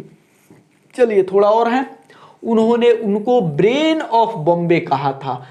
उन्होंने ब्रेन ऑफ बॉम्बे कहा था। मुझे भी कोई बड़ी पदवी दी थी पर मैं अपनी प्रशंसा नहीं करूंगा। अब ये कह रहे हैं कि जो मेरे दोस्त थे उनको जो फ्री कॉन्फ्रेंस, क्या कौन सा कॉन्फ्रेंस है, फ्री प्रेस की जो मालिक थे उन्होंने कहा था कि वो बंदा क्या है, ब्रेन ऑफ बॉम्बे है, और मुझे भी कहा था कोई बात, लेकिन मैं अपना प्रशंसा नहीं करूंगा। उस समय दीक्षित जी ने हमारा परिचय और हमारी घनिष्ठता मित्रता हुई, और अंडरग्राउंड जमाने की जो मित्रता होती है वह ठोस होती है ना। चाहे हम कहीं रहे यह कहीं रहे, ठोस रहती है। उनके बाद हम एक दूसरे के मित्र आज तक बने हुए हैं। कुछ ऐसे मित्र हैं जिनके भाव अच्छे हैं। हमारे पुराने मित्र जो सोशलिस्ट पार्टी में थे है ना, जो नहीं थे, चाहते हैं कि जयप्रकाश नारायण और इंदिरा गांधी में कुछ मेल मिलाप हो जाए, है ना। अब इनके जो भी दोस्त थे पार्टी थे, है ना, इनके पार्टी के भी जो दोस्त थे या इनके बचपन के भी दोस्त थे, है ना, वो सारे लोग क्या चाहते हैं कि जो जेपी जी हैं और जो इंदिरा गांधी है उसमें थोड़ा सा मेल मिलाप हो जाए, है ना, ताकि ये आंदोलन यहीं पे रुक जाए। तो ये क्या कर रहे हैं, तो मित्रों मेरा किसी व्यक्ति से झगड़ा नहीं है, किसी व्यक्ति से झगड़ा नहीं है, चाहे वे इंदिरा जी हो या कोई हो, हमें तो नीतियों से झगड़ा है, सिद्धांतों से झगड़ा है, कार्यों से झगड़ा है। अब ये उन लोगों से कह रहे हैं जो लोग ये सोच रहे हैं कि इन लोगों में मिलाप करा दिया जाए, तो उन लोगों को कह रहे हैं जयप्रकाश नारायण कि मित्रों मुझे इंदिरा गांधी से कोई लड़ाई नहीं है, कोई झगड़ा नहीं है। हमें झगड़ा है तो उनकी नीतियों से है, हमें झगड़ा है तो उनकी सिद्धांतों से है, हमें झगड़ा है तो वो जो कार्य कर रही हैं देश के प्रति इससे हैं, है ना। चलिए आगे क्या कहते हैं, जो कार्य गलत होंगे, जो नीति गलत होगी, जो सिद्धांत गलत होंगे, प्रिंसिपल्स गलत होंगे, और जो प्रिंसिपल जो है वो गलत होंगे, जो पॉलिसी गलत होगी, चाहे वह कोई भी करे, मैं विरोध करूंगा। अब उन लोगों की ये सारे बातें कहते हुए कह रहे हैं कि इंदिरा गांधी से मेल मिलाप काहे कराना चाहते हैं। मेरे दोस्त मेरी बात सुनिए, अगर जिनकी नीतियाँ गलत होगी, है ना, जिनका कार्य गलत होगा, जिसका सिद्धांत गलत होगा, जिन लोगों का प्रिंसिपल गलत होगा, वो चाहे कोई भी हो, मैं उनका विरोध तो करूंगा ही। अपनी अकल के मुताबिक हम लोग इनकी तरह नौजवान थे उस समय ज़माने में, लेकिन यह जरूरत होती थी कि हम लोगों की बापू के सामने हम कहते थे कि हम नहीं मानते बापू यह बात, और बापू में इतनी महत्ता थी कि बुरा नहीं मानते थे। अब ये बात कह रहे हैं जब असहयोग आंदोलन में हम लोग गए थे तो हम लोग भी उस वक्त जवान थे, और जब लोग ये कहता था, बापू ये कहते थे, तो हम लोग भी उस समय कहते थे कि हम लोग ये बात को नहीं मानेंगे। और बापू इतना बढ़िया आदमी थे, इतना महान आदमी थे कि हम लोग जब जवान थे तब भी हम लोगों की बातों को बुरा नहीं मानते हैं। फिर भी बुलाकर हमें प्रेम से समझाना चाहते थे, समझाते थे, तो मैं उनकी भी आलोचना की है। मैंने उस जमाने में तो मैं घोर मार्क्सवादी था, कह रहे वैसे इंसान की भी मैं आलोचना किया हूँ, क्योंकि मैं उस वक्त घोर मार्क्सवादी था। बाद में लोकतांत्रिक समाजवादी, है ना, समाजवादी बना। वहाँ पे गए तो कम्युनिस्ट और मार्क्सवादी और समाजवादी की ही पढ़ाई पढ़े थे। तो सबसे पहले तो जेपी जी मार्क्सवादी ही थे, बाद में न लोकतांत्रिक और समाजवादी बने, है ना। किंतु बापू के मृत्यु के बाद कई वर्षों के बाद 1954 में मैं सर्वोदय में आया, गया। बिहार में जवाहरलाल नेहरू जी थे, एक बड़े भाई थे, मैं उनके भाई कहता ही था। उसके बाद 1954 में जब ये सर्वोदय में गए तो वहाँ पे जाने के बाद इनको जवाहरलाल नेहरू से मुलाकात हुई और जवाहरलाल नेहरू को ये अपने बड़े भाई मानते भी थे और उन्हें बड़े भाई कहते भी थे।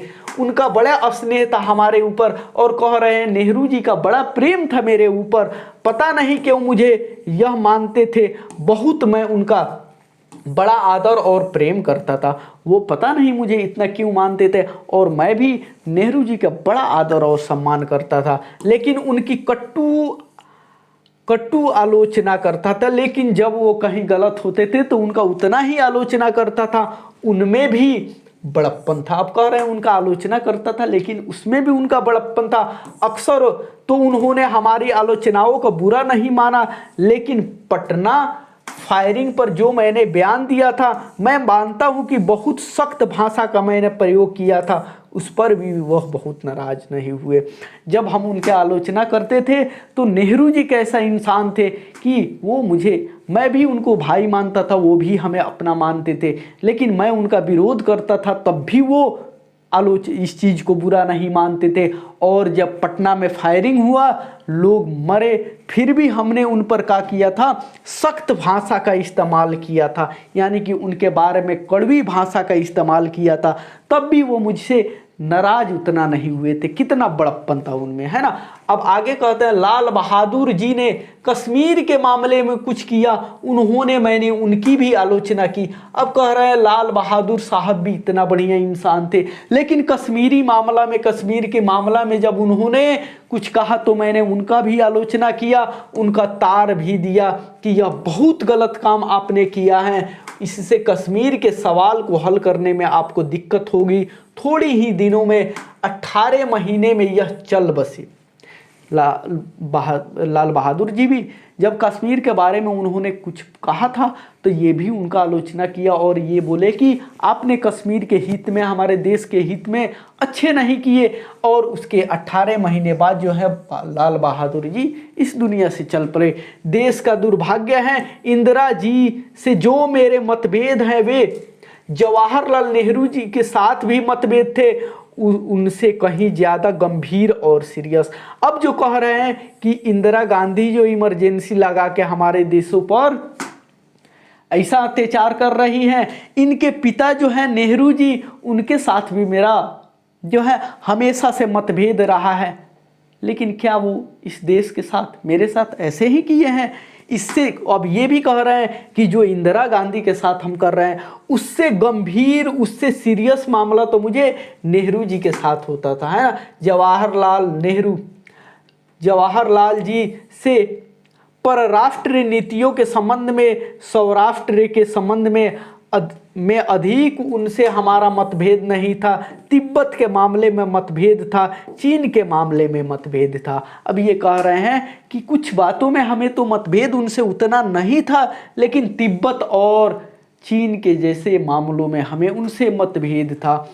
हंगरी के मामले में था और मैं कोई गर्व नहीं करता हूँ, मैं उस समय जो आलोचना की हंगरी के मामले में जो कुछ कहा, जवाहरलाल नेहरू जी को बाद में मानना पड़ा। अब ये कह रहे हैं कि कैसे नेहरू जी थे, हम उनके आलोचना भी करते थे, हम उनके छोटे भाई भी थे, हम भी उनको भाई मानते थे।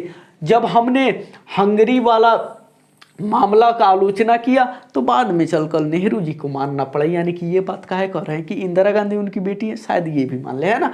तिब्बत के मामले में मेरी बात तो नहीं मानी उन्होंने, लेकिन जब चीन से उनको धोखा दिया तो उस धोखे के कारण उनके हृदय को ऐसी चोट लगी कि 2 बरस में चल दिए, है ना, 2 बरस में चल दिए। इनकी बात जो है तिब्बत वाला बात नहीं माने नेहरू जी, हंगरी वाला बात मान गए। और वहीं कह रहे हैं कि चीन के बारे में भी मेरी बात नहीं माने, हमने जो कहा था, लेकिन जब चीन ने उन्हें धोखा दिया तो उन्हें ऐसा दिल पर चोट लगा कि उसके धोखे देने के 2 बरिस में ही वो चल पड़े। संभल नहीं सके, ऐसा घाव लगा जब चीन ने आक्रमण कर दिया। वह कभी उम्मीद नहीं करते थे, आशा नहीं करते थे कि चीन ऐसा करेगा। थोड़ी इनकी भी गलती थी तो पर राष्ट्रीय नीतियों के संबंध में मतभेद था, उनसे अंतर्देशीय प्रश्नों में नहीं था उतना मतभेद। कुछ चीज के लेकर उनसे मतभेद हमें था, लेकिन जो अंतर्राष्ट्रीय प्रश्न है उसके बारे में उससे हमको और नेहरू जी से कोई मतभेद नहीं था, है ना। चलिए थोड़ी सा और है। अब एक बात ले लीजिए जिसके चलते बहुत ज्यादा करप्शन राजनीति में है, वह क्या है? इलेक्शन का खर्चा। सही बात है, इलेक्शन का खर्चा है। सबसे ज्यादा राजनीति में अगर करप्शन हो रहा है तो वो क्या है? राजनीति का खर्चा है। हम कल ना बताए थे,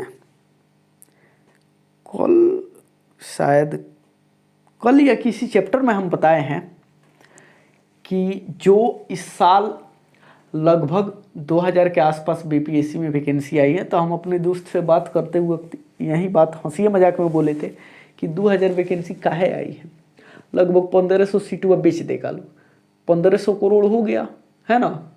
इलेक्शन का खर्चा कुछ उससे भी होगा। तो ये बात उस समय भी ये कह रहे हैं कि जो भी है इलेक्शन का खर्चा है ना, है ना। सबसे ज्यादा करप्शन कहाँ है? इलेक्शन में ही है। चुनाव का खर्चा करोड़ों रुपये से चुनाव पर खर्चा करेंगे। एक तरफ गरीबी हटाओ का नारा लगाएंगे, समाजवाद का नारा लगाएंगे, और यह सब रुपया ब्लैक मार्केटियर लोगों से आप इकट्ठा करेंगे। अनअकाउंटेड मनी, करोड़ों रुपये जिसका कोई हिसाब नहीं होगा, कोई किताब नहीं होगा।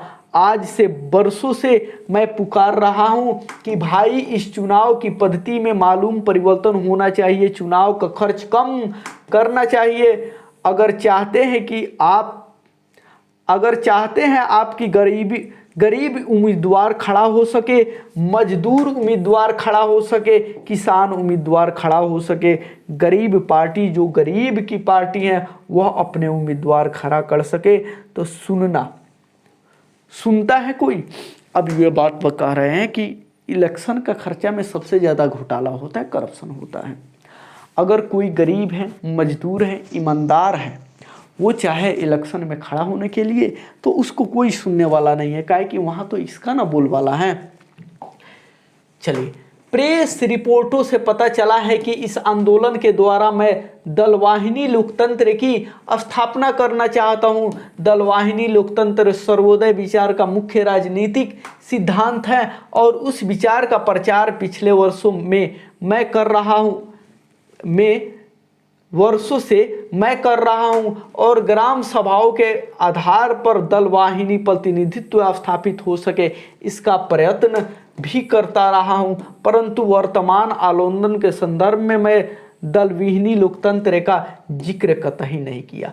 अब ये कह रहे हैं कि देखिए, जो प्रेस कॉन्फ्रेंस है, न्यूज वाले लोग हैं वो कह रहे हैं कि ये जो है ये भाई साहब ठीक है आंदोलन कर रहे हैं, लेकिन सोच रहे हैं इसी आंदोलन के संदर्भ में वो क्या करे कि एक लोकतांत्रिक किधर गया, दलवाहिनी प्रतिनिधि का सिद्धांतों का जो है प्रतिनिधि का स्थापना करें, है ना।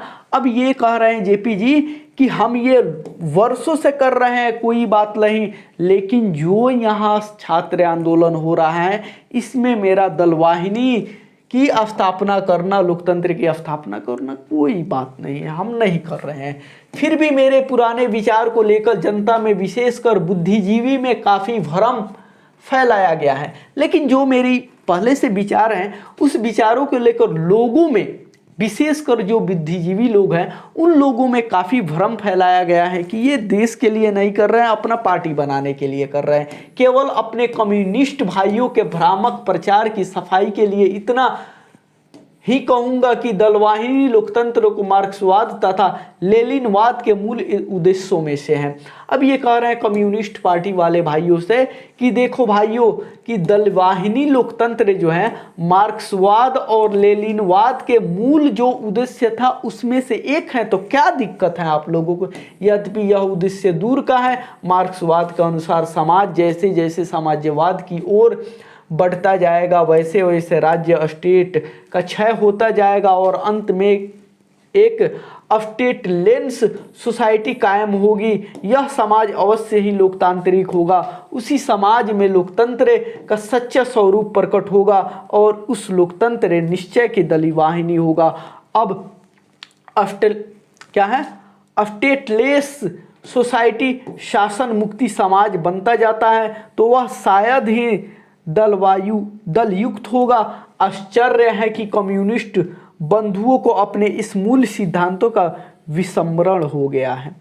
अब ये उन लोगों को सारी की सारी बातें समझा रहे हैं कि मार्क्सवाद हो या समाजवाद हो, लेनिन हो, मार्क्सवाद हो, दलवाहिनी हो। एक बार आप लोग ध्यान तो दीजिए कि आखिर में इस बारे में क्या क्या कह रहा है ना।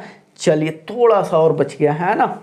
जहां तक वर्तमान आंदोलन का प्रश्न है, क्या जहां तक अभी ये आंदोलन हो रहा है इसका प्रश्न है, यानी कि बात है, यानी कि छात्र आंदोलन जो हो रहा है जहां तक उसकी बात है। एक बात बताइए, कोई दिक्कत नहीं ना हो रहा है? बीच बीच में एंटरटेनमेंट भी चाहिए है। ये तो राजनीति वाला बात है, इसमें सबको मन भी लगना चाहिए, है ना। चलिए, जहां तक वर्तमान आंदोलन का प्रश्न है, यानी कि जहां तक अभी जो छात्र आंदोलन हो रहा है उसकी बात है, मेरी या अन्य किसी न छात्रों की, न विपक्षी राजनीति दलों की, न सर्वोदय सेवक की यह कल्पना है कि इनमें से दलवाहिनी लोकतंत्र पैदा होगा। यानी कि कह रहा है अभी जो आंदोलन हो रहा है इससे हमें ना कोई छात्र से ये उम्मीद है और ना ही उन लोगों से कोई राजनीति से हमको सर्वोच्च सेवक का कोई भी फायदा है या हम चाहते हैं, ऐसा कुछ ही इस आंदोलन से नहीं चाहते कि यहीं से दलवाहिनी लोकतंत्र पैदा हो। विधानसभा का विघटन हो जाएगा तो 6 महीने या वर्ष भर में फिर चुनाव होंगे जो वर्तमान कानून या चुनाव प्रणाली के अनुसार होंगे। विधानसभा के विघटन से संभावना तो यही है कि वर्तमान कानून तथा नियम आदि के अंतर्गत ही पुनर्निर्वाचन होगा। इसलिए प्रश्न उठता है, जैसा कि पिछले सप्ताह में कई बार उठा भी है, कि उस हालत में विधानसभा के विघटन से क्या लाभ होगा। मुझे खेद है कि इसका उत्तर पिछले दिनों मैंने बार बार दिया है, पर उसको समझने की कोशिश थोड़े ही लोगों ने किए हैं। अब कह रहे हैं कि 6 महीना बाद फिर से चुनाव होने वाला है और उस चुनाव से लेकर सारी चीज़ के बारे में हमने सारे बढ़िया से बताया है, लेकिन मुझे इस चीज़ के लिए खेद है, ठीक है, क्षमा है कि मैंने जो बात बताने को चाहा है आप लोगों में से बहुत कम लोगों ने इस बात को समझा है। इसलिए बार बार मुझसे यह सवाल होता है कि जयप्रकाश नारायण वर्तमान चुनाव पद्धति और विधानसभा के चुनाव का कौन सा विकल्प पेश कर रहे हैं। इसलिए कह रहे हैं, मेरे से ये सवाल होता है कि 6 महीना बाद इलेक्शन होने वाला है और जो जयप्रकाश नारायण जी है इस चुनाव में आने वाले 5-6 महीने के बाद चुनाव होने वाली है, उस चुनाव में कौन सी पद्धति जो है क्या कर रहे हैं, पेश कर रहे हैं, क्या कहना चाहते हैं। मेरा अपना विकल्प चूंकि नए ढंग का है जो घिसे पीटे राजनीति की चिंतन से भिन्न है। अब ये कह रहे हैं कि मेरा जो विकल्प है वो अलग तरह के हैं, जो ये घिटी पीसी राजनीति हमारे देश में हो रही है उसका चिंतन से भिन्न है, यानी कि वो राजनीति से ये थोड़ा अलग है, इसलिए वह लोगों की समझ में नहीं आता। अगर मैं यह कह दूं कि मेरा विकल्प है कि मैं इस आंदोलन और संघर्ष में से एक नई पार्टी का निर्माण करूंगा तो सब लोग मेरी बात आसानी से समझ लेंगे और उसके बाद मेरी आलोचना शुरू हो जाएगी।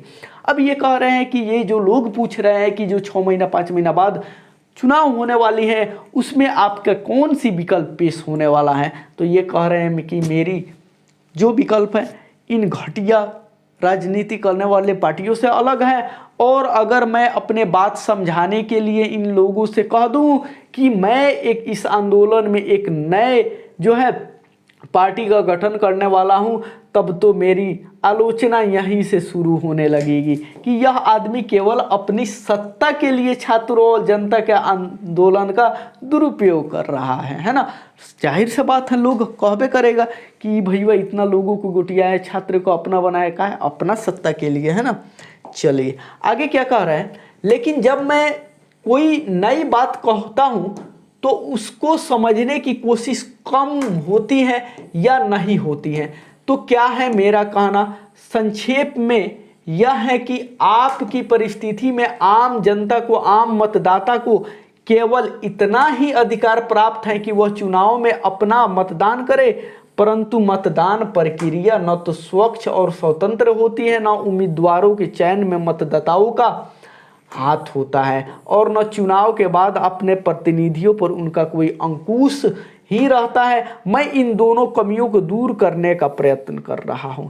यानी कि ये बात इनडायरेक्टली घुमा रहे हैं कि मैं अगर कह दूं कि मैं नया पार्टी का गठन करने वाला हूं तो सब कोई मेरा आलोचना करने लगेगा, लेकिन ये कह रहे हैं कि एक बात बताओ, क्या ये देश की जनता जो है उनको सिर्फ वोट देने का, वोट डालने का अधिकार है? क्या उनको ये अधिकार नहीं है कि जिनको ये वोट डालते हैं, जो सत्ता में आते हैं, जो इनके विधायक या मंत्री जो भी यहाँ बनते हैं, उनसे ये सवाल ना पूछ सके? इन सारी चीज़ों की, इन सारी कमियों को मैं दूर करने वाला हूँ, है ना, ये कह रहे हैं। चलिए थोड़ी सी और है, 4 पेज, है ना। अपना देश पिछड़ा हुआ है, इसलिए बावजूद इसके कि हमने लोकतंत्र की स्थापना की है, विकास देशों की लोकतांत्रिक समाज में जो प्रतिप्रभावी शक्तियां, यानी कि परस्पर एक दूसरे को प्रभावित करने वाली शक्तियां होती हैं, जनमत का जो प्रबल प्रभाव प्रतिनिधियों पर निरंतर पड़ता है, जो स्वतंत्र और साहसी प्रेस, पत्रिकाओं के रोल होते हैं, शिक्षित समुदाय का जो वैचारिक और नैतिक असर होते हैं, है ना, होते हैं, इन सारे इंफ्रास्ट्रक्चर का, यानी जनता और शासन के बीच की संरचना का यहाँ नितांत अभाव है। ऐसी स्थिति में हमारा लोकतंत्र केवल नाम मात्र का रह जाता है। यानी कि कह रहे हैं कि हमारा देश जो है आज़ाद हो गया, लेकिन जो हमारे देश में लोकतंत्र का सिस्टम है, जैसे डेमोक्रेसी को हम लोग देख रहे हैं, क्या ऐसा ही बढ़िया बढ़िया देशों में, उभरते हुए देशों में ऐसा लोकतंत्र देखा जाता है? ये कह रहे हैं नहीं। क्या ये जो पत्र पत्रिकाएं रोल निभा रहे हैं अभी का, क्या यही विकसित देशों में भी निभाया जाता है? जैसे कि अमेरिका में ट्रंप ने कह दिया कि हमारे क्या बोला जाता है, हमारे शासन में सबसे ज़्यादा काम हुआ। वहाँ का पत्रकार बोल दिया आप तो झूठ बोल रहे हैं, मुँह पर आप तो झूठ बोल रहे हैं, आपसे ज़्यादा तो ओबामा ने किया है ना। और एक हमारे यहाँ का पत्र है, मोदी जी आम चूस के खाते हैं, आप सोते नहीं हैं, आप इतना घंटा काम करते हैं और जी हजूरी होता है। मोदी जी कहते हैं हम बायोलॉजिकल नहीं हैं, तो पत्रकार कहते हैं जी, है ना। तो यही सब सवाल है, यही बिक चुका है, ख़त्म हो चुका है। उस वक्त भी थोड़ा सा था तो ये हाल करते थे। अगर अभी जयप्रकाश नारायण होते तो ये इन जैसे पत्रकारों के क्या करते वही जानते हैं, है ना। चलिए आगे कह रहे हैं, इस पूरी अंतरिम संरचना का इंफ्रास्ट्रक्चर का निर्माण तो एक दिन में नहीं हो सकता, परंतु इनके अभाव में आम जनता या मतदान के सिवा कोई पार्टी अदा नहीं कर सकता। ये कह रहे हैं जो भी इंफ्रास्ट्रक्चर है इनका निर्माण, यानी कि एगो घर बनाने में एक दिन में एगो घर का निर्माण नहीं किया जा सकता, वैसे जो देश के दुर्दशा है वो भी एक दिन में नहीं बदला जा सकता। लेकिन जो जनता है, जो लोग हैं और जो मतदान है, इसके सिवा भी पार्ट अदा नहीं किया जा सकता है। जो भी इस देश को सुधार सकता है, लोग सुधार सकता है, अपने वोट देकर सुधार सकता है, जिसके परिणाम स्वरूप मंत्री तथा विधायक निरंकुश और स्वच्छंद हो जाते हैं, है ना। यानी कि जब जनता मतदान करता है तो इन्हीं के कारण ना मंत्री कोई बनता है और विधायक बनता है, और वो निरंकुश होता है या स्वच्छंद होता है, और जनता के किसी प्रकार का अंकुश उन पर नहीं रहता, सिवा इस भय के कि अगले चुनाव में जनता यदि चाहे तो उनको वोट नहीं दे, परंतु यह भय भी रुपया, जाति, बल प्रयोग, मिथ्याचरण आदि के कारण निष्प्रभ हो जाता है। अब ये कह रहे हैं कि जो विधायक बनता है, जो मंत्री बनता है, वो लोग भी कोई निरंकुश होता है, कोई स्वच्छंद होता है। यानी कि कोई लोग होता है काम नहीं करेंगे, जनता के साथ नहीं देंगे, लोगों को साथ नहीं देंगे, और कोई लोग होता है देंगे। लेकिन जो ये दोनों में अंतर है, जनता के साथ नहीं देंगे, जनता के साथ देंगे, ये मैटर वहीं पे जाके खत्म हो जाती है जहां इलेक्शन रुपये के बल पर होने लगता है, जाति के बल पर होने लगता है, मिथ्याचरण के बल पर होने लगता है। जाहिर से बात है हमारे देश में अब हमारे जो विधानसभा क्षेत्र हैं वहाँ से एक पीएचडी पढ़ा लिखा अमेरिका लंदन कहीं से ऑक्सफोर्ड यूनिवर्सिटी से पढ़ा लिखा आ जाए, वो अदर पार्टी से खड़ा हो जाए, निर्दलीय खड़ा हो जाए और बीजेपी से हमारे यहाँ कोई भी खड़ा हो जाए तो बीजेपी ही जीतेगी। वो क्या है तो जाति प्रथा के बल पर जीतेगी। जहाँ दूसरा पार्टी है वहाँ दूसरा पार्टी, यानी कि इसी चीज़ से ये बात को थोड़ा सा भटका रहे हैं कि ऐसा लोगों से थोड़ा हम लोगों को बचना है और इसी में ये जनता पार्टी का गठन करते हैं। देखिए आगे हम लोगों को मिलता है। अब चूंकि प्रदेश के छात्र, युवक और सर्वसाधारण जनता जागृत हो गई हैं, वह आगे बढ़ रही हैं और कुछ नया चाहती हैं, वर्तमान परिस्थितियों में परिवर्तन चाहती है। तो इस परिस्थिति का लाभ उठाकर मैं चाहता हूं कि आज जो असंगठित जनता है उनमें ऐसी शक्ति आ जाए कि वो सही आदमी का चुनाव कर सके तथा चुनाव के बाद अपने प्रतिनिधियों के आचरण पर यथासंभव अंकुश रख सके। इस संबंध में मेरे कुछ सुझाव हैं। देखो यहाँ जनता पार्टी यहीं से गठन करेंगे, यानी कि कह रहे हैं कि आज जो हम लोग जनता है, हम लोगों के मतदाता, हम लोगों को वोट देने से जो मंत्री बन रहा है, जो विधायक बन रहा है, वो काम करने वाला होगा या नहीं होगा वो तो अलग बात है, लेकिन काम करेगा या नहीं। लेकिन जब वो रुपये का, जाति का बल पर इलेक्शन लड़ेगा तो वो जीत जाएगा, चाहे वो काम करेगा चाहे नहीं करेगा। अब इतना सारा बात हुआ छात्र आंदोलन में और मैं भी चाहता हूं कि अपना थोड़ा सा इस बात पे सुझाव रखूं, क्योंकि मैं चाहता हूं ऐसा लोग खड़ा हो जो इन सारे चीज़ों पर ना लड़के एक प्रतिनिधित्व के रूप में लड़े, है ना। देखिए क्या होता है, एक तो यह है कि जब विधानसभा का अगला चुनाव हो तो हमारी छात्र संघर्ष तथा जन संघर्ष समितियां मिल करके आम राय से अपना उम्मीदवार खड़ा करें। देखिए पहल का श्रेणी यहाँ से शुरू होता है। कह रहे हैं पहले बोले थे कि हमको 5-6 महीना वाला इलेक्शन है, उससे कोई मतलब नहीं है, भले कॉन्फ्रेंस वाला बोल देगा ऐसा है वैसा है, लेकिन वहाँ पे बात रख दिए थे कि अगर हम डायरेक्ट बात बोल दूँ कि अगर हम पार्टी बनाना चाहते हैं तो वो लोग बात का बतंगड़ बनाना शुरू कर देगा, है ना। और बाद में कुछ दिन आंदोलन होने के बाद देखिए कितना बढ़िया बात कर रहे हैं कि मैं चाहता हूँ कि ये विधानसभा की चुनाव जो होने वाली है उसमें हमारी जो छात्र संघर्ष कर रहे हैं, जो जनता संघर्ष कर रही है, जो समिति लोग हैं, उन्हीं लोगों में से सारे लोग का उस क्षेत्र का राय किया जाए और अपना उम्मीदवार खड़ा किया जाए। देखो है ना, अथवा जो उम्मीदवार खड़ा किया जाए उनमें किसी को मान्य करे। यदि इन समितियों के बीच आम राय नहीं होती है तो कोई हम ऐसा राय बनाएंगे जिससे आपस में फूट हुए बगैर समितियां अपनी उम्मीदवार खड़ा कर सकेगी। अब देखिए, अब ये कह रहे हैं कि ये छात्र संघर्ष जो है, जन संघर्ष जो है, समिति है, ये सारे लोग अपना एक गठित करें और उनमें से चुनकर एक किसी को खड़ा करे जो कि चुनाव लड़े।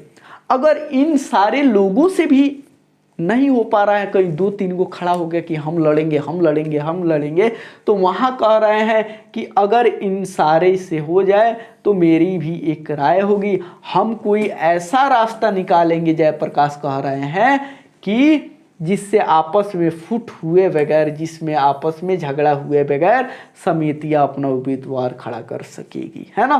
देखिए, या किसी एक उम्मीदवार को अपनी मान्यता दे सकेगी। इस प्रकार के चुनाव में जनता का एक बहुत बड़ा पार्ट होगा, यानी जनता और छात्रों की संघर्ष समितियां उम्मीदवार के चयन में अपना महत्वपूर्ण रोल अदा करेगी, है ना। अब यहीं से ये कह रहे हैं कि उसी लोग को जीत के जो जाति प्रथा से लेकर पैसा कौड़ी से लेकर ये सारी चीज ना कर सके, इसीलिए ये जो है अपना समितिया के उम्मीदवार खड़ा करके उसको इलेक्शन लड़ाया जाए, है ना। दूसरी बात यह है कि जो भी उम्मीदवार अमुक चुनाव क्षेत्र से जीतेगा उसके भावी कार्यक्रमों पर कड़ी निगरानी रखने का काम ये संघर्ष समितियां करेगी। अब कर रहे हैं, पहला तो समिति खड़ा कर देगी अपने क्षेत्र से सब लोग के राय जान के कि किसको खड़ा किया जाए पहला। अगर वो आदमी जीत जाता है तो उसके जीतने के बाद भी जो है उनके सारे कार्यक्रमों के निगरानी रखने का काम जो है समितियां करेगी। अगर वो काम अच्छा सा नहीं करता है तो तबादला कर दिया। अगर उस क्षेत्र का प्रतिनिधि गलत रास्ता पकड़ता है तो उसको इस्तीफा दिलाने का बाध्य करेगी। बढ़िया बात है। अगर कोई भी पार्टी का कोई भी आदमी है जो जीत रहा है, उसके ऊपर दबाव है तो वो अच्छा से काम करेगा। अगर नहीं करेगा तो सारे लोग मिलकर कहेंगे तू बेटा इस्तीफा दे दे, तेरे बस की बात नहीं है, तू दुगला आदमी है ना, करेंगे। इस प्रकार से जनता का अंकुश इन लोगों के ऊपर होगा और आज की तरह उच्छृंखल, आज की तरह निरंकुश और आज की तरह से स्वच्छंद वे नहीं रह पाएंगे। इस सिलसिले में एक और बात स्पष्ट करना आवश्यक है, यानी कि इस प्रकार की जब बातें होगी कि जो समितियां हैं, जो लोग हैं, उस क्षेत्र के लोग से समितियां से एक गठन करके एक उम्मीदवार खड़ा किया जाएगा। अगर वो जीत गया तो उस पर सारी निगरानी समितियां रखेगी। अगर वो सारी बातों पर खरा नहीं उतरता है तो उसको सारी की सारी पार्टियों जो समितियां हैं उसके द्वारा उस पर निरंकुश दबाव बनाकर होगा कि भाई तू छोड़ दे, तुम्हारे लायक ये नहीं है ना, और उसको इस्तीफा दिलवा दिया जाएगा। इससे ये होगा कि समाज में जो है क्रूर, पैसा बांटने वाला, जाति प्रथा करने वाला, जाति के नाम पर वोट मांगने वाला, ऐसा जो है हम लोगों का विधायक मंत्री नहीं बनेगा। और कह रहे हैं एक बात और अब यहाँ स्पष्ट करना चाहते हैं कि जो संघर्ष समितियां छात्रों की या जनता की बन गई हैं या बन रही हैं, उनका काम केवल शासन के संघर्ष करना नहीं है, बल्कि उनका काम तो समाज के हर अन्याय और अनीति के विरुद्ध संघर्ष करने का होगा। और इस प्रकार से इन समितियों के लिए बराबर एक महत्वपूर्ण कार्य रहेगा। गांव में छोटे छोटे अफसरों या कर्मचारियों की, चाहे वे पुलिस हो या अन्य किसी भी प्रकार के जो घूसखोरी चलती है, उसके खिलाफ तो संघर्ष रहेगी। साथ ही साथ जिन बड़े किसानों ने बेईमानी या फर्जी का बंदोबस्तियाँ किया है, उनके साथ भी यही किया जाएगा। इससे फायदा भी होता है ना। चलिए ये लास्ट पेज है, उनका भी विरोध ये समितियां करेगी और उसको दुरुस्त करने के लिए संघर्ष करेगी। गांव में इस तरह के अन्याय होते हैं तो मेरी कल्पना है कि यह सारी समितियां उन अन्यायों को भी रोकेगी। इस प्रकार से जनता या छात्रों की ये निर्दलीय संघर्ष समितियां अस्थायी रूप से कायम रहेगी और केवल लोकतंत्र के लिए नहीं बल्कि सामाजिक, आर्थिक, नैतिक क्रांति के लिए अथवा संपूर्ण क्रांति के लिए एक बहुत ही महत्वपूर्ण कार्य होगा, है ना। देखिए कितना बढ़िया से ये बात रखे और बहुत ही प्यारा ये बात लगा। ये बोले कि अगर हम बोल दे कि हम पार्टी बनाएंगे छात्र आंदोलन से तो सारे के सारे मीडिया कॉन्फ्रेंस वाले अब ये छाप देंगे ये तो अपना फायदा के लिए आया है। लेकिन पढ़े लिखे आदमी थे भाई, है ना, और पढ़े लिखे होने के बावजूद अगर अपना गहराई को ना दिखा पाते तो फिर अब इनको यही ना लड़ाई था घूसखोरी से, दोगला जो विधायक मंत्री होता है उससे, यही सारे लोगों से जो हमारे सोसाइटी में तंदुरुस्त नहीं है। अब ये समितियां बनाते हैं और समितियां में क्या करते हैं कि समिति ही चुनेगी एक आदमी को, वहाँ से वो खड़ा होगा। अब पूरा लोग बिहार में खड़ा हुए, है ना, और सारे के सारे समितियां चुनी। अब विधायक जब जीते तब विधायक पर सारे के सारे दबाव जो है समितियां का, विधायक गलत नहीं कर सकता है, हिंदू मुस्लिम नहीं कर सकता है, जब भी करेगा वो अच्छाई करेगा, काम का बात करेगा, पहली का बात। दूसरा का बात, समितियों पर थोपा गया कि सिर्फ चुनाव कराना ही समितियों का काम नहीं है, सारे समाज की देख रेख, दुख दर्द जो है वो भी हैं। बड़े किसान जो छोटे पर जुल्म करते हैं ये भी हैं। सारे के सारे इस तरह से क्या होगा कि एकरूपता जग जाएगी, एकता बन जाएगी और हमारे देश एकदम घूसखोरी से ख़त्म हो जाएगा और एकदम आज़ाद हो जाएगा, फ्रीडम वाले, है ना। तो बहुत ही बढ़िया ये बात बोले हैं। भले लोगों को उस वक्त बोलते तो ये समझ में आता अपना पार्टी बनाने आया है, और यही बात होने के बाद जब इलेक्शन 5-6 महीना बाद होती है तो जब विधायक जीत के इनके आते हैं तो वहीं से जनता पार्टी का गठन होता है ना, और वहीं से लालू नीतीश वगैरह भी निकलते हैं। अब तो जनता पार्टी द इंड हो गई, है ना, और अब इनका अलग अलग पार्टी हो गई, है ना। जैसे रामविलास का अलग हो गया, आरजेडी अलग हो गया, है ना, जेडीयू अलग हो गया, रामविलास के झोपड़ी छाप है, कच्ची नाम वो है याद नहीं आ रहा है, झोपड़ी, वो अलग हो गया। तो जो भी नेता निकले उसी से निकले अभी बिहार में लगभग। अब जो नेता निकल रहे हैं इन लोगों के चेला क्या है, बेटा सब है, बेटी सब है ना। चलिए हम लोगों ने पाठ को पढ़ा, बहुत बढ़िया से पढ़ा, लगभग 1 से सवा घंटे का पाठ है। आप लोगों को पढ़ना चाहिए, सुनना चाहिए ध्यान से, है ना। जब पढ़ ही रहे हैं तो बढ़िया से पढ़ेंगे, क्या है ना, क्या कोई दिक्कत है और कौन काम है भाई, जो होगा उसको टाल लिया जाएगा। जैसा हम ही हैं, हमको लगता है कि हम अपने बारे में बता रहे हैं कि हमको कभी कपड़ा धोना होता है, हम सारे चीज़ के लिए अपना टाइम निर्धारित किए हुए, लगभग में हम 8 घंटा सोने के लिए रखें, उससे कम नहीं सोते हैं। हफ्ता में एक दिन हम 200 घंटा सोते हैं, 12 घंटा सोते हैं, है ना। जब तक हमारा घेंट जो है दर्द करने न लगे तब तक हम नहीं जगते हैं। तो एक दिन सिर्फ सैटरडे के रात में सोएंगे, संडे को हालांकि 3 बजे हम सोते हैं, ऐसे जो है 11 बजे लेकर जग जाते हैं लगभग, लेकिन संडे को हम क्या करते हैं, 3 बजे सोए ना तो जगते हैं 2 बजे, एकदम घेंट उठ दर्द उर्द करने लगता है तब, है ना। अब जो है बात रही पढ़ने का, सोने का जो भी है, तो हम अपना बता रहे हैं ना, 8 घंटे डेली के शेड्यूल है, लगभग सोना या मोबाइल चलाए जो भी किए। हम क्या करते हैं, अपना काम को पूरा बांट लेते हैं कि एक हफ्ता में हमको इतना काम करना है ना। अब सारा का सारा काम कर लेते हैं, सिर्फ मेरा काम रह जाता है मार्केटिंग वाला, है ना, मार्केटिंग वाला काम रह जाता है। अब वो काम को हम कहते हैं अब अगला हफ्ता करेंगे। कपड़ा धोना रह जाता है, वो कहते हैं अब अगला हफ्ता करेंगे। तो है ना, सबसे मेन इम्पोर्टेंस देना है अपना स्टडी का, स्टडी सबसे पहले का रूटीन में रखना है, दूसरका में जो है स्लीपिंग रखना है ना, और तीसरका में जो है अपना खान पीन, तीसरका में जो है अपना खान पीन, खाना पीना एकदम बढ़िया रखना है ना। अब पीना का मतलब दारू और ना, पानी, समझ रहे हो। और चौथका वगैरह में हो गया, जैसे 4 में हो गया, हम लोग हैं तो दोस्ती वगैरह है, थोड़ा फ्रेंडशिप के लिए भी चीज़ ये कॉलिंग वगैरह कर लेना है। अब 5वां में ही रखना है, जैसे मार्केट जाना हो गया, है ना, कपड़ा धोना हो गया, या जो भी हो उसको रखना है। और इसमें कम से कम ये 3 चीज़ कंटिन्यू एकदम रूटीन के साथ चलना चाहिए। सिर्फ 8 घंटा पढ़ना होता, 8 घंटा सो गए, 16 घंटा, 8 घंटा बच गया, 2 घंटा मौज मस्ती किए, 2 घंटा एकदम दोस्तों से लग गए, 4 घंटा बच गया, 4 घंटा में खाना खाए पिए, है ना, समझ रहे हो। बनाने तो बहुत टाइम होता है 24 घंटा, तो आप लोग भी अपना निकाल लो, काहे कि धीरे धीरे समय जा रहा है, और धीरे धीरे समय जाने के बाद एक ऐसा समय आएगा कि आ जाएगा FEB 2026, और आप लोगों का हो जाएगा एग्ज़ाम का टाइम, है ना। और तब कहोगे हम लोग नहीं पढ़े हैं, तो दिक्कत की बात होगी। सो अभी you have much time, you can do anything if you want, ठीक है। तो कल हम लोग मिलते हैं इसके सारे के सारे क्वेश्चन आंसर के साथ। तब तक के लिए एक और बात बोल दे, पूरा का पूरा फीवर था, एक सवा घंटा से प्लस क्लास हुआ हमको पता है। एक बार गए थे उधर देखने, तो लगभग 1 घंटा समथिंग में लौट हो गया। फीवर था, कंसिस्टेंसी के साथ हम पढ़ाए, पूरा जोश के साथ पढ़ाए। फीवर ऐसा फील हो रहा है कि ख़त्म हो गया, अब गर्मी भी शुरू हो गई है उन्हें, है ना। तो अगर किसी काम में लग जाओगे तो सब कुछ बाकी भाड़ में चले जाता, वहीं काम पे दिल लग जाता है ना।